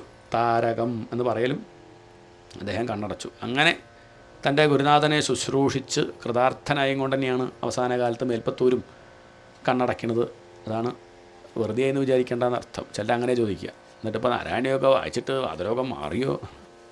പണ്ടൊരാൾ ചോദിച്ചു, ഭാഗവതം കേട്ട് പരീക്ഷത്തിന് പാമ്പ് കടിക്കാണ്ടിരുന്നു. അതില്ല, പാമ്പ് കടിച്ചു. പാമ്പ് കടിക്കാണ്ടിരിക്കൊന്നുമില്ല. പക്ഷേ പാമ്പ് കടിക്കുന്നതിൻ്റെ മുമ്പ് തന്നെ പരീക്ഷത്ത് എന്ത് ചെയ്തു? തൻ്റെ ദേഹത്തെ ഒഴിവാക്കി. താൻ ഒഴിവാക്കിയത് പാമ്പ് കൊണ്ടുപോയാൽ കുഴപ്പമുണ്ടോ? നമ്മൾ ഒഴിവാക്കിയത് പിന്നെ ആര് കൊണ്ടുപോയാലും എന്താ അന്വേഷിച്ച് പോവുമോ? നമ്മൾ പോകട്ടോ. പിന്നെ തനിക്ക് വേണ്ടതായിരുന്നു, അതിന് മനസ്സിലാക്കിയില്ല, ഞാൻ കൊടുക്കാൻ ഉദ്ദേശിച്ചില്ല. അത് അത്രയ്ക്ക് അപകടക്കാരനാവണം. ഇതിപ്പം നമ്മൾ ഒഴിവാക്കി പോയി, നമ്മൾ ഒഴിവാക്കിയ ചെരുപ്പുകാരെയും കൊണ്ടുപോയി നമുക്ക് കുഴപ്പമുണ്ടോ? കുഴപ്പമുണ്ടോ? ഇതിപ്പോൾ ഇല്ലത്തായതുകൊണ്ട് അമ്പലത്തിലൊക്കെ ആകുമ്പോൾ നമ്മൾ ഏത് ചെരുപ്പം ഇടുക? ആ പൊട്ട ചെരുപ്പല്ലേ ഇടുക? സുത്താഹം കേൾക്കാനൊക്കെ പോകുമ്പം തിരക്കാവുമ്പോൾ അത് കഴിഞ്ഞാൽ ചിലപ്പം കിട്ടുമോ ഇഷ്ടമില്ല എന്നൊക്കെ പറഞ്ഞാൽ അങ്ങനത്തെ ചെരുപ്പിട്ട് പോയി സ്വസ്ഥമായിട്ടിരുന്ന് കേൾക്കുകയും ചെയ്യുക. കാരണം പേടിക്കാനില്ല. ഇനിയിപ്പോൾ അത് പോയാലും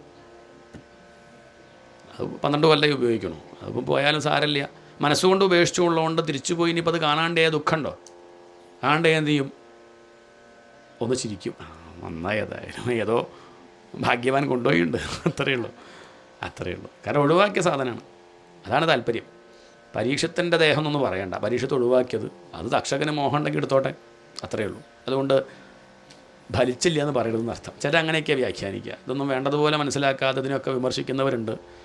എന്നാൽ അവരിയ്ക്കുമ്പോൾ സമാധാനമായിട്ടിരിക്കേണ്ട ഇല്ലാലും അവരൊന്നിലും വിശ്വസിക്കുന്നില്ല, അവർ സമാധാനമില്ല, എല്ലാ സിദ്ധാന്തത്തെയും വിമർശിക്കും. അങ്ങനെ ദുഃഖിച്ച് കഴിയണം. ഇതൊന്നുമില്ലെങ്കിലും സമാധാനമുണ്ട്. ഈ ആശയങ്ങളൊക്കെ ഉൾക്കൊള്ളുമ്പം ജീവിതത്തിൽ ശാന്തി ഇങ്ങനെ കൂടി വരും. അതാണ് ഇവിടെ കാണിക്കുന്നത്. 100ാമത്തെ ദശകം വായിച്ച് അതിൻ്റെ അർത്ഥം നമുക്ക് കാണാം. അർത്ഥം അത്രയേ ഉള്ളൂ.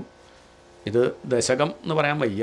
കാരണം ഇത് എന്തല്ല, അത് മേൽപ്പത്തൂർ എഴുതുക പറയാനുള്ളതല്ല, മേൽപ്പത്തൂരിൻ്റെ അനുഭൂതിയാണെന്ന് പറയും ആചാര്യന്മാർ. അദ്ദേഹം ആ 100ാം ദിവസം ഭഗവാനെ കാണാനായിട്ട് വന്ന സമയത്ത് അവിടെ വിഗ്രഹമായിട്ടാണ് ഇത്രയും കാലം കണ്ടതെങ്കിൽ ഇപ്പം അങ്ങനെയല്ല. ഭഗവാനെ ശരിക്കും അവിടെ കാണുന്നു. ആ കാണുന്നത് അദ്ദേഹം പറയുകയാണ്, അഗ്രേ പശ്യാമി ആണ്. ഞാൻ എന്താ മുന്നിൽ തന്നെ കാണുന്നു. എന്താ കാണുന്നത്? തേജോ നിപിടതരകളായാവലീലോഭനീയം പീയൂഷാപ്ലാവിതോഹം തദനു തദുദരേ ദിവ്യ കൈശോരവേഷം. അവിടെ നിന്നൊരു ജ്യോതിസ്, ഒരു പ്രകാശം അങ്ങനെ ഒഴുകി വരികയാണ്. നിബിഡതരകളായാവലീലോഭനീയം അഗ്രേ പശ്യാമി തേജ, ഒരു നീല വെളിച്ചം. ആ വെളിച്ച ശീലകത്തിന് പുറമേക്ക് അങ്ങനെ ഒഴുകി തന്നെ തഴുകി, അല്ല ആ രൂപം അങ്ങോട്ട് ഇറങ്ങി വന്ന് തന്നെ കെട്ടിപ്പിടിക്കുകയാണോ? ഭഗവാന്റെ അനുഗ്രഹം തന്നെയല്ലേ ഇത്? പീയൂഷാപ്ലാവിതോഹം, പീയൂഷം അമൃതിൽ അങ്ങോട്ട് മുങ്ങിയൊരനുഭവം. തദനു തദുദരേ ദിവ്യ കൈശോരവേഷം, ആ നീല വെളിച്ചത്തിന് നടുക്കായിട്ടൊരു രൂപം കാണുകയാണ്. ദിവ്യ കൈശോരവേഷം, ഒരു കിശോരനെ. താരുണ്യ ആരംഭരമ്യം, കൗമാരം കഴിഞ്ഞു എന്നാൽ യൗവനത്തിൽ ഇങ്ങോട്ട് എത്തിയിട്ടില്ല, അങ്ങനെ ഒരു പ്രായം. താരുണ്യ ആരംഭരമ്യം, ആ ഒരു സമയമാണ് ഒരു മനുഷ്യനെ സംബന്ധിച്ച് ഏറ്റവും സൗന്ദര്യമുള്ള സമയം എന്നാ പറയുക. താരുണ്യ ആരംഭരമ്യം പരമസുഖരസാസ്വാദരോമാഞ്ചിതാംഗൈ ആവീതം നാരദാദ്യൈ വിലസതുപനിഷത് സുന്ദരീ മണ്ഡലൈശ്ച. ഒറ്റയ്ക്കല്ല, ഭഗവാന്റെ കൂടെ ഉപനിഷത് സുന്ദരിമാരുണ്ട്, വൃന്ദാവനത്തിലെ ഗോപികമാരുണ്ട്. അവരുടെയൊക്കെ കൂടെ ഭഗവാൻ അങ്ങനെ നിൽക്കുന്നു നടുക്കായിട്ട്. നീലാഭം കുഞ്ചിതാഗ്രം ഘനമമലതരം സംയതം ചാരുഭംഗ്യ രത്നോത്തംസാഭിരാമം വലയിതമുദയചന്ദ്രകൈ പിഞ്ചജാലൈ മന്ദാരസ്രംനിവീതം തവ പൃഥുകബരീഭാരമാലോകയേഹം സ്നിഗ്ധശ്വേതോർധ്വപുണ്ട്രാമപി ച സുലളിതാം ബാലബാലേന്ദുവീഥിം. ഭഗവാന്റെ ആ ബാലേന്ദു, മനോഹരമായിട്ടുള്ള ഭഗവാന്റെ ആ ബാലപ്രദേശം, ഭഗവാന്റെ നെറ്റിത്തടം. നീലാഭം, ഭഗവാന്റെ ആ ശിരസിൽ ചാർത്തിയ മയിൽപ്പീലി. നീലാഭം കുഞ്ചിതാഗ്രം ഘനമമലതരം, ആ മുടിയൊക്കെ മേപ്പോട്ട് കെട്ടി അതിൻ്റെ മുകളിൽ തിരികിയ മനോഹരമായിട്ടുള്ള മയിൽപ്പീലി. സംയതം ചാരുഭംഗ്യ രത്നോത്തംസാഭിരാമം വലയിതമുദയചന്ദ്രകൈ പിഞ്ചജാലൈ, ആ മയിൽപ്പീലിയെ ഒതുക്കി നിർത്തിയ മന്ദാരസ്രംനിവീതം, മനോഹരമായ മന്ദാരമാല. തവ പൃഥുകബരീഭാരമാലോകയേഹം, മനോഹരമായിട്ടുള്ള ഭഗവാന്റെ ആ ചുരുണ്ട മുടി, കുറച്ചൊക്കെ കഴുത്തിലും കുറച്ച് ചെവിയുടെ അടുത്തുമായിട്ട് നിൽക്കുന്ന മനോഹരമായിട്ടുള്ള ആ സുഗന്ധ തൈലമൊക്കെ ഇട്ട് തടവിയ ഇടതൂർന്ന ചുരുണ്ട മുടി. അങ്ങനെയുള്ള ഭഗവാന്റെ ആ രൂപം, ഭഗവാന്റെ നെറ്റിത്തടം, മനോഹരമായിട്ടുള്ള ഭഗവാന്റെ ആ മുഖം. ഹൃദ്യം പൂർണ്ണാനുകമ്പാർണവമൃദുലഹരി ചഞ്ചല ഭ്രൂവിലാസൈ, ഭഗവാന്റെ മനോഹരമായിട്ടുള്ള പുരികം. ആ പുരികം ഇളകുന്നത് കണ്ടാൽ നമ്മളെ നോക്കി ഭഗവാൻ പുഞ്ചിരിക്കുന്നു. ഭഗവാന്റെ ആ പുരികം കാരുണ്യമാകുന്ന സമുദ്രത്തിൽ നിന്ന് പൊന്തി വരുന്ന അല പോലെ. അത് അവിടെ നിൽക്കല്ല, ആ അല അങ്ങനെ വന്ന് മേൽപ്പത്തൂരിൻ്റെ ഹൃദയത്തിലേക്ക് വരികയാണ്. നോക്കുന്ന സമയത്ത് ഭഗവാന്റെ കടാക്ഷം, ഭഗവാൻ എന്നെ തന്നെയല്ലേ നോക്കണത്, തൻ്റെ ദുഃഖങ്ങളൊക്കെ തീർന്നു പട്ടേരി എന്ന് പറയുകയാണോ? ചഞ്ചല ഭ്രൂവിലാസൈ ആനീല സ്നിഗ്ധ പക്ഷ്മാവലി പരിലസിതം, ആ ഭഗവാന്റെ ആ കണ്ണിലുള്ള അതാണ് ഇമരോമങ്ങൾ, അതാണ് വർണ്ണിച്ചത്. നേത്രയുഗ്മം വിഭോതേ, കാരുണ്യം വഴിഞ്ഞൊഴുകുന്ന ഭഗവാന്റെ കണ്ണുകൾ. സാന്ദ്രച്ഛായം വിശാലാരുണകമലദളാകാരമമുഗ്ധതാരം കാരുണ്യാലോകലീല ശിശിരിതഭുവനം ക്ഷിപ്യതാം മയ്യനാഥേ. മേൽപ്പത്തൂരിൻ്റെ പെട്ടെന്നൊരു രോമാഞ്ചം. എന്താ ചോദിച്ചാൽ ഭഗവാന്റെ നോട്ടം. പട്ടേരിയെ ഭഗവാൻ അങ്ങോട്ട് നോക്കി, പട്ടേരിക്ക് രോമാഞ്ചം ഉണ്ടായി. ഉത്തുംഗോല്ലാസിനാസം ഹരിമണിമുകുരപ്രോല്ലസദ്ഗണ്ഡപാളി വ്യാലോലത് കർണപാശാഞ്ചിതമകരമണി കുണ്ടലദ്വന്ദ്വദീപ്രം ഉന്മീലദന്തപങ്ക്തിസ്ഫുരതരുണതരച്ഛായ ബിംബാധരാന്തപ്രീതി പ്രസ്യന്തി മന്ദസ്മിതമധുരതരം വക്രം ഉദ്ഭാസതാം മേ. ഉയർന്ന ഭഗവാന്റെ ഉത്തുംഗോല്ലാസിനാസം, ഉയർന്ന നാസിക, കണ്ണാടി പോലുള്ള ഭഗവാന്റെ കവിൾത്തടം, കാതുകളിലണിഞ്ഞ മകരകുണ്ടലങ്ങൾ, അതിൻ്റെ പ്രഭയിൽ അങ്ങനെ ഭഗവാന്റെ കവിൾത്തടം ശോഭിക്കുന്നു. ഉന്മീലദന്തപങ്ക്തി, മേൽപ്പത്തൂരിനെ നോക്കി പുഞ്ചിരിക്കുന്ന സമയത്ത് ഭഗവാന്റെ ആ മുല്ലമൊട്ട് പോലുള്ള ദന്തപങ്ക്തി, മുത്തുപല്ലുകൾ. പ്രീതി പ്രസ്യന്തി മന്ദസ്മിതമധുരതരം വക്ത്രമുദ്ഭാസതാം മേ. ബാഹുദ്വന്ദ്വേന രത്നോജ്വലവലയഭൃതം രത്നോജ്വലവലയഭൃതാശോണപാണി പ്രവാളേനോപാത്താം വേണുനാളീം. മനോഹരമായ ഭഗവാന്റെ ആ കൈകളെ കൊണ്ട് തൻ്റെ അരയിൽ വെച്ച ആ വേണുനാളീം. മേൽപ്പത്തൂരിൻ്റെ ഇഷ്ട ധ്യാനം ഇങ്ങനെയിരിക്കാം, വേണുഗാനം ചെയ്യുന്ന ഭഗവാനെ കാണണമെന്നായിരിക്കണം മേൽപ്പത്തൂർ ആഗ്രഹിച്ചത്. അതുകൊണ്ടായിരിക്കണം അവസാന ദശകത്തിൽ ഭഗവാൻ മേൽപ്പത്തൂരിന് വേണുഗാനം കേൾപ്പിക്കുകയാണ്. വേണുനാളീം പ്രസൃത നഖമയൂഖാങ്കുലീ സംഘശാരാം. മനോഹരമായിട്ട് തൻ്റെ വിരലുകളെ കൊണ്ട്, പിഞ്ചു വിരലുകളെ കൊണ്ട് ആ ചുണ്ടോട് ചേർത്ത് മുരളി. കൃത്വാ വക്ത്രാരവിന്ദേ സുമധുര വികസദ്രാഗമുദ്ഭാവ്യമാനൈ. മനോഹരമായിട്ടുള്ള രാഗങ്ങൾ പലതും മേൽപ്പത്തൂരിന് സന്തോഷമാവാൻ വേണ്ടി ഭഗവാൻ വായിക്കുകയാണ്. ശബ്ദബ്രഹ്മാമൃതൈസ്ത്വം ശിശിരിത ഭുവനൈ സിഞ്ചമേ കർണവീഥിം. മനോഹരമായിട്ടുള്ള ആ രാഗം കേട്ട് ചെവി ശുദ്ധാവാണ്. അങ്ങനെ വായിക്കുന്ന സമയത്ത് വേണുഗാനം ചെയ്യുമ്പോൾ അല്ലെങ്കിലും ഈ വേണു വായിക്കുന്ന വിദ്വാൻമാരെ ശ്രദ്ധിച്ചാൽ അവർ താളം പിടിക്കുക. കൈകൊണ്ട് പിടിക്കാൻ പറ്റില്ല, കൈകൊണ്ട് ദ്വാരങ്ങളൊക്കെ പൊത്തണ്ടേ. അവർ കാലുകൊണ്ടാണ് താളം പിടിക്കുക. ഉത്സർപ്പത് കൗസ്തുഭശ്രീതതിഭിരരുണിതം കോമളം കണ്ഠദേശം. ഭഗവാന്റെ ആ കഴുത്ത്. വക്ഷ ശ്രീവത്സരമ്യം തരളതരസമുദ്ദീപ്രഹാരപ്രധാനം. ശ്രീവത്സം എന്ന ആ ഒരു മറുക്, വലമ്പരി ശംഖം പോലെ കടഞ്ഞെടുത്തതുപോലെ ശോഭിക്കുന്ന ഭഗവാന്റെ കഴുത്ത്, അതിൽ ശോഭിക്കുന്ന കൗസ്തുഭരത്നം, മാറത്ത് ആ വക്ഷസ്ഥലത്തിൽ ശോഭിക്കുന്ന ശ്രീവത്സം എന്ന മറുക്. ഭക്തൻ്റെ പാദം ഞാൻ ഒരിക്കലും മറക്കില്ല. എൻ്റെ ഹൃദയത്തിൽ കൊണ്ടു നടക്കും എന്നെ മാത്രം ആശ്രയിക്കുന്ന ഭക്തനെ എന്ന് കാണിക്കാൻ ആ ശ്രീവത്സം എന്ന മറുക് ധരിച്ചും കൊണ്ട്. വക്ഷശ്രീവത്സരമ്യം തരളതരസമുദ്ദീപ്രഹാരപ്രധാനം നാനാവർണ്ണപ്രസൂനാവലികിസലീനീം. പലതരത്തിലുള്ള കായ്കളെ കൊണ്ടും മുട്ടുകളെ കൊണ്ടും പൂക്കളെ കൊണ്ടും ഉണ്ടാക്കിയ മഞ്ജുള ചാർത്തിയ വനമാല. വന്യമാലാം വിലോലല്ലോലംബാം ലംബമാനാം മുരസി തവ തഥാ ഭാവയേ രത്നമാലാം. അങ്ങനെ സർവാംഗം കളഭം പൂശിയ ഭഗവാന്റെ രൂപം, അരയിൽ കെട്ടിയ ആ കിങ്ങിണി, അതൊക്കെ വർണ്ണിക്കുകയാണ്. അപ്പോഴാണ് അങ്കേ പഞ്ചാംഗരാഗൈ. അവിടെ ആകെ ഒരു കളഭത്തിൻ്റെ ഗന്ധം. ഭക്തന്മാർ പറയും കുബ്ജ കൊടുത്ത കളഭാണ്. ആ കളഭത്തിൻ്റെ ഗന്ധം മേൽപ്പത്തൂർ അനുഭവിക്കുകയാണ്. അങ്കേ പഞ്ചാംഗരാഗൈ അതിശയ വികസത് സൗരഭാകൃഷ്ടലോകം. ഇതന്നെയാണ് കുറച്ച് മുമ്പ് പ്രാർത്ഥിച്ചത്. ഈ ചെവി കൊണ്ട് അങ്ങയുടെ വേണുഗാനം കേൾക്കാൻ പറ്റണം, ഈ കണ്ണുകൊണ്ട് അങ്ങയെ ശരിക്ക് കാണാൻ സാധിക്കണം, മൂക്കുകൊണ്ട് അങ്ങയുടെ പാദത്തിൽ പറ്റിപ്പിടിച്ചിരിക്കുന്ന തുളസിയുടെ ഗന്ധം അറിയാൻ സാധിക്കണം. അതൊക്കെ മേൽപ്പത്തൂർ ഇപ്പോൾ അവിടെ അറിയുന്നുണ്ട്.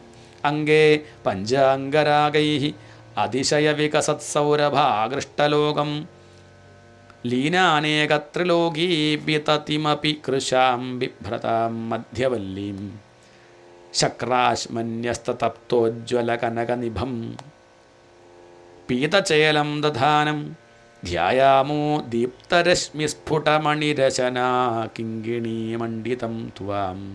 നല്ല സ്വർണം ഉരുക്കിയതുപോലുള്ള ഭഗവാന്റെ പീതചേലം, മനോഹരമായ മഞ്ഞപ്പട്ട്, രത്നം പതിച്ച ഭഗവാന്റെ കിങ്കിണി, ആ അരഞ്ഞാണം, ഇതൊക്കെ ശരിക്കും അങ്ങനെ കാണുകയാണ്.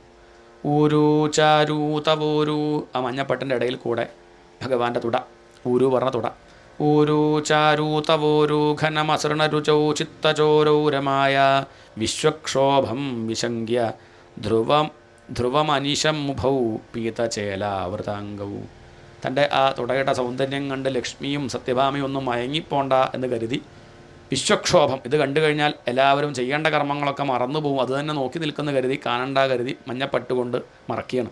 വിശ്വക്ഷോഭം വിശങ്ക്യ ധ്രുവമനിശമുഭൗ പീതചേലാവൃതാംഗൗ ആനമ്രാണാം പുരസ്താന്യസനധൃതസമസ്താർത്ഥപാളീ സമുദ്ഗച്ഛായം ജാനുദ്വയം. ആനമ്രാണാം, ആദ്യത്തെ ആ ദശകത്തിൽ പറഞ്ഞ കാര്യം തന്നെ. അങ്ങയെ വീണ് നമസ്കരിക്കുന്നവരുടെ ശിരസിലേക്ക് അവരുടെ ആഗ്രഹങ്ങൾ മുഴുവൻ ചൊരിഞ്ഞുകൊടുക്കുന്ന ചെപ്പ് പോലെ ശോഭിക്കുന്ന കാലുമുട്ട്. പാദത്തിൽ വീണ് നമസ്കരിക്കുന്നവരുടെ ബുദ്ധിമുട്ടുകൾ മുഴുവൻ തീർക്കുന്ന ഭഗവാന്റെ കാലുമുട്ട്. ധർമാർത്ഥ കാമമോക്ഷങ്ങളെ ഒളിപ്പിച്ചു വെച്ച ചെപ്പാണോ തോന്നും ഭഗവാന്റെ കാലുമുട്ട് കണ്ടാൽ. ആ നമ്രാണാം, ആ ഭഗവാന്റെ പാദത്തിൽ ഭക്തിയോടുകൂടി വീണ് നമസ്കരിച്ചാൽ അവരുടെ ശിരസിലേക്ക് എല്ലാം കൊടുക്കുകയാണ്, ചൊരിഞ്ഞു കൊടുക്കുകയാണ്. അങ്ങനെയുള്ള ഭഗവാന്റെ കാൽമുട്ട്. ജാനുദ്വയം ച ക്രമപൃഥുല മനോജ്ഞേ ച ജംഘേ നിഷേവേ. ഭഗവാന്റെ അരക്കെട്ടും തെളിഞ്ഞു കാണുകയാണ്. അപ്പോഴാണ് ഭഗവാൻ വേണുഗാനം ചെയ്യുന്നതിൻ്റെ ഇടയിൽ തൻ്റെ ആ പാദം കൊണ്ട് താളം പിടിക്കുന്നു. താളം പിടിക്കാനുള്ളതല്ല മേൽപ്പത്തൂരെ, അങ്ങനെന്താ പട്ടേരി എൻ്റെ പാദസരത്തെ പറ്റിയൊന്നും പറയാത്തത്. രണ്ടാം ദശകവും ഞാൻ ശ്രദ്ധിച്ചു, അതിലും പാദസരത്തെ പറ്റിയൊന്നും പറഞ്ഞില്ല. ശ്രദ്ധിച്ചാൽ മനസ്സിലാവും. രണ്ടാമത്തെ ദശകത്തിൽ മുഴുവൻ വർണ്ണിച്ചിട്ടുണ്ട്, പക്ഷേ പാദസരമൊന്നും വർണ്ണിക്കണില്ല. അപ്പോൾ ഭഗവാൻ അത് അവസാനത്തേക്ക് വെച്ചതാവും. മേൽപ്പത്തൂരിന് വാശി ഉണ്ടാവും, അതിൻ്റെ ശബ്ദം ഞാൻ കേട്ടാൽ തന്നെ പറയുള്ളൂ, ഇനി വാശി ഉണ്ടെങ്കിൽ ഇതാ കേട്ടോളൂ. അപ്പോഴാണ് പാദസരം. മഞ്ജീരം മഞ്ജുനാഥൈരിവ പദഭജനം ശ്രേയ ഇത്യാലബന്ധം. എനിക്ക് മനസ്സിലായി ഭഗവാനെ, അങ്ങയുടെ ഈ പൊഞ്ചിലമ്പ് കൊഞ്ചിന് തന്താ ചോദിച്ചാൽ പദഭജനം ശ്രേയ ഇത്യാലബന്ധം. പട്ടേരി ആർക്കും ഈ രഹസ്യം അറിയില്ല. ശ്രേയസ്സിന് എന്താ വഴി എന്ന് ചോദിച്ച് നടക്കുക എല്ലാവരും. സുഖമായിട്ടിരിക്കണം എന്താ വഴി ചോദിച്ച് നടക്കുകയാണ്. എവിടെയാണ് സുഖം എന്നുള്ളത് ഇവർക്ക് അറിയണില്ല. ഈ പാദസരം പറയണമെന്ന് കേട്ടു നോക്കൂ. എന്താ ഈ പാദസരം പറയണത്? പദഭജനം ശ്രേയ. നിങ്ങളൊക്കെ ശ്രേയസ് ആഗ്രഹിക്കില്ല, ഇങ്ങോട്ട് വരുതാ. എന്നെപ്പോലെ ഈ പാദത്തെ ആശ്രയിച്ചു നോക്കൂ, സുഖമായിട്ടിരിക്കാം. ഞാൻ ഈ പാദം വിട്ട് പോകണില്ലല്ലോ. കാരണം എന്താ? എനിക്ക് ശ്രേയസ് വേണമെന്നുള്ളത് കൊണ്ടാണ്. അതുകൊണ്ട് ഈ പാദത്തെ ആശ്രയിച്ചാൽ മാത്രമേ ശ്രേയസ് ഉണ്ടാവുള്ളൂ കേട്ടോ എന്ന് വിളിച്ചു പറയുന്ന ആ പാദസരം, അതാണ് പാദസരത്തിൻ്റെ ശബ്ദം. പക്ഷെ അതെല്ലാവർക്കും മനസ്സിലാവണില്ല. പദഭജനം ശ്രേയ ഇത്യാലബന്ധം. പദഭജനം ശ്രേയ, പദഭജനം ശ്രേയ. ഈ പദഭജനത്തെ ആശ്രയിക്കൂ, അതാണ് ശ്രേയസ് എന്നങ്ങനെ കൊഞ്ചുന്ന, അങ്ങനെ വിളിച്ചു പറയുന്ന ആ പാദസരത്തിൻ്റെ ശബ്ദം. പാദാഗ്രം ഭ്രാന്തി മജ്ജത് പ്രണത ജനമനോമന്ദരോദ്ധാര കൂർമ്മം. ഭഗവാന്റെ ആ പുറങ്കാല് അത് വർണ്ണിക്കുകയാണ്. ആമയുടെ പുറം പോലെ ഉണ്ടാവും ഭഗവാന്റെ പുറങ്കാല് കണ്ടാൽ, നീല നിറത്തിലുള്ള പുറങ്കാല്. അതെങ്ങനെയാണ് തോന്നുന്നത്? നമ്മളുടെ മനസ്സൊക്കെ ഏതുപോലെ ചോദിച്ചാൽ ആണ്ട് പോണ മന്ദരപർവ്വതം പോലെയാണ്. മണ്ടന്മാരായിട്ടുള്ള നമ്മളുടെ മന്ദരപർവ്വതം പോലുള്ള ഈ മനസ്സ് ആണ്ടുപോകുമ്പം അങ്ങയുടെ ഈ പാദം, അത് കൂർമ്മം, അതെങ്ങനെ വന്നു എന്ത് ചെയ്യണം? ഈ ആണ്ടുപോകണ ഞങ്ങളുടെ മനസ്സിനെ ഇടയ്ക്കിടയ്ക്ക് ആണ്ടുപോകും. എന്തേ നിസ്സാര വിഷയം മതി നമ്മുടെ മനസ്സൊക്കെ ആണ്ടുപോകാൻ. ഇത്രയും നാരായണീയം കേട്ടൊന്നും പറഞ്ഞിട്ട് കാര്യമില്ല. ഇപ്പം തന്നെ ഇടയ്ക്ക് ഇങ്ങനെ ആണ്ടുപോകുന്നുണ്ട്. നമുക്കതൊന്നും താങ്ങണ വിഷയമല്ല. അതാണ്. അപ്പോൾ അതുകൊണ്ട് ഇങ്ങനെ ആലസ്യത്തെ ഒരർത്ഥം, അല്ലെങ്കിൽ ചെറിയ നിസ്സാര വിഷയം വരുമ്പോഴേക്കും തളർന്നു പോവുക, മതി മടുത്തു, ഞാൻ അങ്ങോട്ട് തൂങ്ങി മരിച്ചാലോ, അല്ലെങ്കിൽ ബ്ലേഡ് എടുത്ത് ഞരമ്പങ്ങോട്ട് അങ്ങോട്ട് വിട്ടങ്ങോട്ട് പോയാലോ, ഇങ്ങനെയൊക്കെ വിഷയങ്ങൾ വരുമ്പോഴേക്കും തളർന്നു പോകുന്ന ഈ മനസ്സിനെ ഉയർത്താനായിട്ട് പൊന്തി വരുന്നതാണോ ആ കൂർമ്മമാണോ എന്ന് എനിക്ക് തോന്നുകയാണ് അങ്ങയുടെ ഈ പാദം കാണുമ്പം. അതാണ് മന്ദരോദ്ധാര കൂർമ്മം മുത്തുങ്കാതാമ്രരാജൻ നഖരഹിമകരജ്യോത്സ്നയാചാശ്രിതാനാം. അങ്ങയുടെ ആ പാദത്തുനിന്ന്, ആ പാദത്തിലുള്ള നഖങ്ങൾ കണ്ടാൽ 10 ചന്ദ്രന്മാരിങ്ങനെ ഇരിക്കുകയാണെന്ന് തോന്നും ഭഗവാന്റെ പാദത്തിലേ. ഒരു ഭക്തൻ പറഞ്ഞു, അതല്ല, ആകാശത്തൊരു ചന്ദ്രൻ ഉണ്ടല്ലോ, ആ ചന്ദ്രൻ ഭഗവാന്റെ പാദത്തിൽ നോക്കിയപ്പം പാദത്തിലുള്ള ഭഗവാന്റെ തിരുനഖങ്ങളുടെ കാന്തി കണ്ടപ്പോൾ ലജ്ജ തോന്നി. എന്നിട്ട് ബോധം കെട്ട് താഴത്തേക്ക് വീണു. 10 കഷ്ണമായി. ഇനിയിപ്പോൾ നീ മേപ്പോട്ട് പോകണ്ട, ഇവിടെ തന്നെ ഇരിക്കുകയെന്ന് കരുതി ഭഗവാന്റെ ആ പാദത്തിനോട് ചേർന്നിരിക്കുകയാണോ എന്ന് തോന്നും. ചന്ദ്രകിരണങ്ങൾ പൊഴിക്കുന്ന ഭഗവാന്റെ തിരുനഖങ്ങൾ, ആ ഒരു കാന്തി പോരെ എൻ്റെ ഉള്ളിലുള്ള ദുഃഖം തീരാൻ, എൻ്റെ ഉള്ളിലുള്ള അജ്ഞാനം നീങ്ങാൻ. ഉത്തുംഗാതാമ്രരാജൻ നഖരഹിമകരജ്യോത്സ്നയാചാശ്രിതാനാം സന്താപധ്വാന്തഹന്ത്രീം തതിമനുകലയേ മംഗലാമംഗുലീനാം. അങ്ങനെയുള്ള ഭഗവാന്റെ പാദം. ഇനി ആ പാദത്തിൻ്റെ ഉള്ളംകാല് മേൽപ്പത്തൂർ അങ്ങനെ കണ്ടു, ഭഗവാൻ കാണിച്ചു കൊടുത്തിട്ടുണ്ടാവും. നിൽക്കുന്ന ഒരാളുടെ ഉള്ളംകാല് കാണാൻ പ്രയാസമാണ്. അപ്പം കാലൊന്ന് പണച്ചു വെച്ചു. അങ്ങനെയാകുമ്പം കാല് കാണാമല്ലോ. ഓടക്കൊള്ളു വായിക്കുമ്പോൾ ഭഗവാന്റെ ചിത്രമൊക്കെ നോക്കിയാൽ കാണാം. കാലൊന്ന് പണച്ചു വയ്ക്കുന്നത് എന്തിനാണ്? ഇനി ഒരു ഭാഗം കാണാണ്ട പോണ്ട, തൻ്റെ ഉള്ളംകാല് കാണുക. അത് അമ്മമാർക്ക് മാത്രമേ ആ ഭാഗ്യം ഉണ്ടാവുള്ളൂ. മുട്ടുകുത്തുമ്പോഴൊക്കെ യശോദ കണ്ടിട്ടുണ്ട് ഭഗവാന്റെ ദേവകി അതും കണ്ടിട്ടില്ല. 11 വയസ്സ് കഴിഞ്ഞിട്ടല്ലേ. ഇപ്പോൾ കുറേ കഴിഞ്ഞ് പോയി കിടക്കുമ്പോൾ കണ്ടു വെച്ചില്ല. എന്തായാലും ആ ഉള്ളംകാല് കാണാനുള്ള ഭാഗ്യം അങ്ങനെ അധികം പേർക്ക് ഉണ്ടായിട്ടില്ല. ഉദ്ധവർക്ക് ഉണ്ടായിട്ടുണ്ട്. അവസാനം ഭഗവാന്റെ പാദം മടിയിൽ വെച്ച് അങ്ങനെ ഒഴിഞ്ഞു കൊടുക്കുമ്പോൾ ഉദ്ധവൻ പറയുന്നുണ്ട്, അന്ന് ഒഴിയുമ്പോഴും ഇപ്പോഴും ഒഴിയുമ്പോഴും ഈ പാദത്തിനൊരു മാറ്റവും വന്നില്ല കേട്ടോ. അതേ മൃദു. അന്നത്തെ പ്രായമായ പാദം കുറച്ച് മാറില്ല, ഒന്നുമില്ല, അന്നത്തെ പോലെ തന്നെ ഒരു മാറ്റവുമില്ല. അങ്ങനെയുള്ള ആ പാദത്തിൻ്റെ ഉള്ളംകാല് യോഗീന്ദ്രാണാം ത്വതങ്കേഷു, അതുതന്നെയാണ് ഏറ്റവും മധുരം എന്നാണ് മേൽപ്പത്തൂരിൻ്റെ അഭിപ്രായം. അല്ല, മേൽപ്പത്തൂർ മാത്രമല്ല, യോഗീശ്വരന്മാരൊക്കെ അങ്ങനെയാണ് പറയേണ്ടത്. ഗുരുവായൂരപ്പ, അങ്ങയുടെ ഈ അവയവങ്ങളിൽ ഏതാണ് മധുരം കൂടുക എന്നുള്ള ചർച്ചയൊക്കെ നടക്കുന്നുണ്ട്, സെമിനാറൊക്കെ നടക്കുന്നുണ്ട്. അതിനെപ്പറ്റിയൊക്കെ ചർച്ച. ഭഗവാന്റെ അംഗങ്ങളിൽ ഏതാണ് ഏറ്റവും മധുരം, കണ്ണാണോ, ചുണ്ടാണോ, ചെവിയാണോ, കവിളാണോ? അവസാനം തെളിയിച്ചോ? യോഗീശ്വരന്മാർ പറഞ്ഞത് എന്താ വെച്ചാൽ അങ്ങയുടെ അംഗങ്ങളിൽ ഏറ്റവും മധുരം യോഗീന്ദ്രാണാം ത്വതങ്കേഷു, അങ്ങയുടെ അംഗങ്ങളിൽ അധിക സുമധുരം, അധികം മധുരമായിട്ടുള്ളത് മുക്തിഭാജാം നിവാസോ ഭക്താനാം കാമവർഷദ്യുതരു. ദ്യു എന്ന് പറഞ്ഞാൽ ദേവന്മാർ എന്നുള്ള ആകാശം, തരു വൃക്ഷം, ആകാശത്തിലെ വൃക്ഷം അല്ലെങ്കിൽ ദേവന്മാരുടെ വൃക്ഷം എന്ന് പറഞ്ഞാൽ അത് പാരിജാതം. നേരത്തെ പറഞ്ഞു ആ പാരിജാതം തുച്ഛം. എന്നാൽ ഈ ഭഗവാന്റെ പാദമാകുന്ന പാരിജാതം ഉണ്ടല്ലോ, അതാണ് ആ പാരിജാതം. അതാണ് ദ്യുതരുകിസലയം നാഥ തേ പാദമൂലം. ഏറ്റവും മധുരം ഏത് ചോദിച്ചാൽ അങ്ങയുടെ പാദമൂലം തന്നെയാണ്, അങ്ങയുടെ ഉള്ളംകാലാണ്. അതാണ് ഏറ്റവും സ്വാദ്, ഏറ്റവും മധുരം. അതുകൊണ്ട് തന്നെയാണല്ലോ ഭഗവാൻ ഭാഗവത്തിൽ അവസാനം ഒരു കഥ ഉണ്ടല്ലോ. അവസാനം മാർക്കണ്ഡേയർ അങ്ങനെ നീന്തി പോകുന്ന സമയത്ത് എങ്ങനെയാണ് ഇപ്പം മുങ്ങാണ്ടിരിക്കാൻ എന്താ വഴി എന്നിങ്ങനെ നോക്കുകയാണ് അദ്ദേഹം. അപ്പോൾ അങ്ങനെ കാഴ്ച കണ്ടു. എന്താ കണ്ടത്? സമുദ്രത്തിലൊരു ആലില, അതിലൊരു കൃഷ്ണൻ, ആ കൃഷ്ണൻ ഇരിക്കുന്നത് തൻ്റെ വലത്തെ കാല് കൈകൊണ്ട് പിടിച്ച് ചുണ്ടോട് ചേർക്കുകയാണ്. എന്ന് പറഞ്ഞാൽ മാർക്കണ്ഡേയരെ നമുക്ക് ഇങ്ങോട്ട് വരൂ, ഏറ്റവും മധുരം എന്ത് എന്ന് ചോദിച്ചാൽ സംശയമില്ല എൻ്റെ പാദം തന്നെയാണ്. കാരണം ഞാൻ തന്നെ രുചിക്കുന്നത് എൻ്റെ പാത. ഇവിടെ മുങ്ങിപ്പോവാണ്ടിരിക്കാൻ എന്താ വഴി നല്ല താൻ അന്വേഷിക്കുന്നത്? ഞാൻ ഇവിടെ മുങ്ങാണ്ടിരിക്കണം എന്തുകൊണ്ടാണ്? ഞാൻ എൻ്റെ കാല് പിടിക്കണതുകൊണ്ടാണ്. പിന്നെ നിങ്ങളെ കാര്യം പറയാനുണ്ടോ? ഞാൻ തന്നെ മുങ്ങാണ്ടിരിക്കുന്നത് എൻ്റെ പാദം പിടിച്ചിട്ടാണെങ്കിൽ ഒന്നേ ഞാൻ പിടിച്ചുള്ളൂ, 2 കാലുണ്ട്. ഒരു കാല് ഞാൻ നീട്ടി വെച്ചത് താൻ വന്ന് പിടിച്ചോട്ടെ കരുതിയിട്ടാണ്. താൻ വന്ന് തൊട്ടോളൂ, ഈ സംസാര സമുദ്രത്തിൽ മുങ്ങാതെ കഴിയാം. ഇതൊക്കെ മനസ്സിലാക്കണം വെച്ചാൽ കുറച്ചൊരു ഓളം വേണ്ടേ? അത് മാർക്കണ്ഡേയർക്ക് ഉണ്ടായിരുന്നു. അദ്ദേഹം നീന്തിപ്പോയി ആ പാദം തൊട്ടതും രക്ഷപ്പെട്ടു. ഒന്നും ഉണ്ടായിട്ടില്ല. അത്രയേ ഉള്ളൂ. ഇതൊരു സ്വപ്നത്തിൽ ഇത് സ്വപ്നമാണെന്ന് ഒരാൾ വന്ന് ഉപദേശിച്ച സന്തോഷമല്ലേ? അല്ലേ? ഇത് സ്വപ്നമായിട്ടോ, പേടിക്കൊന്നും വേണ്ട, ഉണർന്നാൽ മതി ഒരാൾ പറഞ്ഞാൽ നമുക്ക് ഉണരാം. ഇതിപ്പോൾ ആരും പറയാണ്ടിരുന്ന എന്ത് ചെയ്യും? അതാണ് ഇപ്പോൾ ഇവിടെ ഉണ്ടാവണത്. അങ്ങയുടെ പാദമാണ് അംഗങ്ങളിൽ വെച്ച് ഏറ്റവും മധുരമെന്ന് യോഗീശ്വരന്മാർ പറയുന്നുണ്ട്.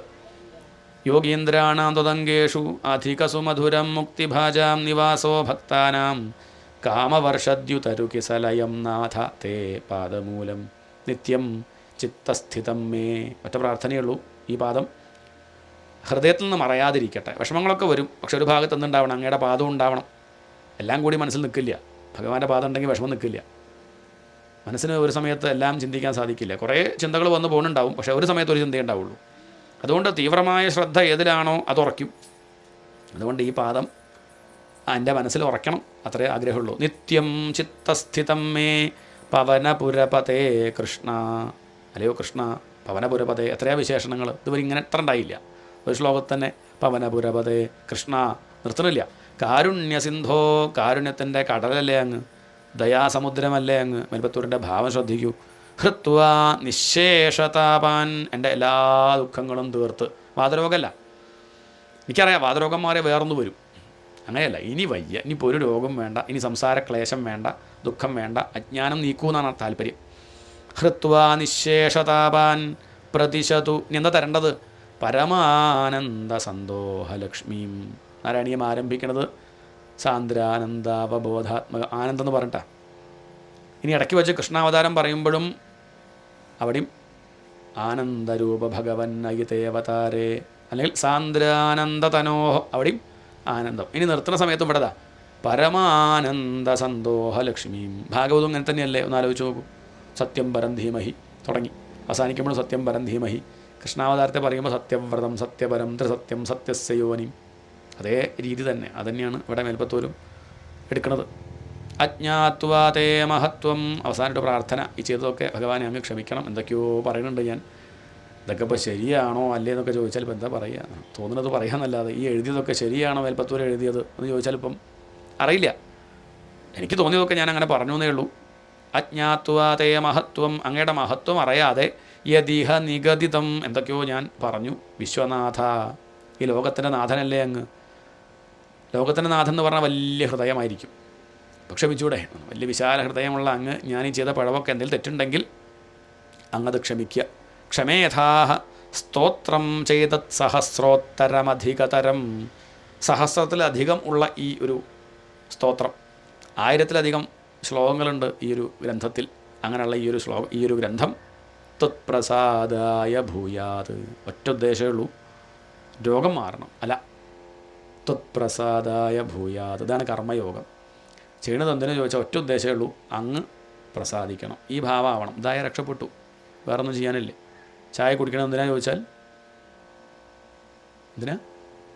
ഭഗവാൻ സന്തോഷിക്കാൻ. അതാണ്. എന്തിനാ നാരായണീയം വായിക്കണമെന്ന് ചോദിച്ചാൽ എന്തിനാ അപ്പം ഇങ്ങനെ പ്രഭാഷണം ചെയ്യുന്നു? എന്താ ഉത്തരം? നിങ്ങൾ കേൾക്കാൻ. ത്വത്പ്രസാദായ ഭൂയാത്. അതാണ് താല്പര്യം. അങ്ങനെ ആവണം. നിങ്ങൾ കേൾക്കാമെന്ന് ഞാൻ വിചാരിക്കുന്നുണ്ടെങ്കിൽ എൻ്റെ തെറ്റാണത്, അതിൻ്റെ ഫലം ഞാൻ അനുഭവിക്കും. അതിപ്പോൾ എന്തായാലും. അതുകൊണ്ട് ഇതാവണം. ത്വത്പ്രസാദായ ഭൂയാത്. എന്നല്ലെങ്കിൽ നാളെ ആ ഒരു ഭാവത്തിലേക്ക് എത്തണേ എന്നാണ്. ത്വത്പ്രസാദായ ഭൂയാത്. എന്നെങ്കിലും അങ്ങ് അനുമോദിക്കണം, അങ്ങ് സന്തോഷിക്കണം. വേറൊരു ആഗ്രഹം എനിക്കില്ല. ഞാനിപ്പോൾ ഈ നാരായണിയൊക്കെ രചിച്ചത് എന്തിനു ചോദിച്ചാൽ അങ്ങ് സന്തോഷിക്കാൻ വേണ്ടി മാത്രം എന്ന് പറഞ്ഞ് ഗുരുവായൂരപ്പൻ്റെ നേരെ മേൽപ്പത്തൂർ ഗ്രന്ഥം നീട്ടിയിട്ടുണ്ടാവും. മേൽപ്പത്തൂർ ഗ്രന്ഥം നീട്ടിയപ്പോൾ ഭഗവാൻ ഇതെടുത്തു. ഇതൊക്കെയാണ് ഭാവന. തിരിച്ചും മറിച്ചും നോക്കി എന്നിട്ട് ഇതിനെന്താ പേരിട്ടത് ചോദിച്ചു. അങ്ങനെ പേരൊന്നും ഇട്ടില്ല, അങ്ങനെ ഇപ്പം ഉദ്ദേശിച്ചില്ല, ഒരു പുസ്തകം അങ്ങേക്ക് സമർപ്പിക്കുക, അല്ലാണ്ട് പേരൊന്നും ഇട്ടിട്ടില്ല. ഇനി അങ്ങക്ക് താല്പര്യം ഒരു പേരിട്ടോളൂ, ദ്വേധ നാരായണീയം. എന്നാൽ നാരായണീയം എന്നിടല്ലേ പട്ടേരി, നന്നായതായാലും. നാരായണനെ പറ്റി പറഞ്ഞത് കൊണ്ട് നാരായണീയം അല്ലല്ല, അത് താൻ അങ്ങനെ പറയല്ലേ, ഞാൻ ഉദ്ദേശിച്ചത് അങ്ങനെയല്ല. നാരായണൻ എഴുതിയത് കൊണ്ട്, എന്നാൽ രണ്ട് തരത്തിലായിക്കോട്ടെ. നാരായണനെ പറ്റി പാടിയത് കൊണ്ട് നാരായണീയം, നാരായണൻ പാടിയത് കൊണ്ട്. ഭഗവാന്റെ പേര് നാരായണൻ, മേൽപ്പത്തൂരിൻ്റെ പേരോ മേൽപ്പത്തൂർ നാരായണ ഭട്ടതിരി. രണ്ടുകൊണ്ടും ദ്വേധ, രണ്ട് തരത്തിലും ഇതെന്താണ്, നാരായണീയം ആണല്ലോ. ശ്രുതിഷു ച ജനുഷാ സ്തുത്യതാ വർണ്ണനേന സ്ഫീതം ലീലാവതാരൈ ഇതമിഹ കുരുതാം ആയുരാരോഗ്യ സൗഖ്യം. ആ നാരായണീയം നോക്കി ഭഗവാൻ മേൽപ്പത്തൂരിന് തിരിച്ചു കൊടുത്തിട്ട് പറഞ്ഞു അത്രേ, എന്ത്, ആയുരാരോഗ്യ സൗഖ്യം. ആയുസ്സും ആരോഗ്യം മാത്രം ഉണ്ടായിട്ട് കാര്യമില്ല, അതൊക്കെ ഇപ്പം ഉണ്ടായിട്ട് കാര്യമുണ്ടോ? ഇനി ആയുസ്സും ആരോഗ്യം ഇല്ലെങ്കിൽ സാരില്ല, എന്ത് മതി? അവസാനം പറഞ്ഞത് വേണ്ട, സൗഖ്യം സമാധാനം വേണ്ട. 100-115 വയസ്സായി, എന്നിട്ട് മരിക്കണമില്ല, ഒന്നുമില്ല, 18-ാം വയസ്സിൽ കിടന്നതാ. ഓർമ്മ ഉണ്ടാൻ നടക്കേണ്ട കലഹം മുഴുവൻ കാണുന്നുണ്ട്, മരിച്ചാൽ മതി എന്ന് ആഗ്രഹം അദ്ദേഹത്തിനുള്ളൂ, മരിക്കണമില്ല, കാര്യമുണ്ടോ? ശാന്തിയാണ് മുഖ്യം.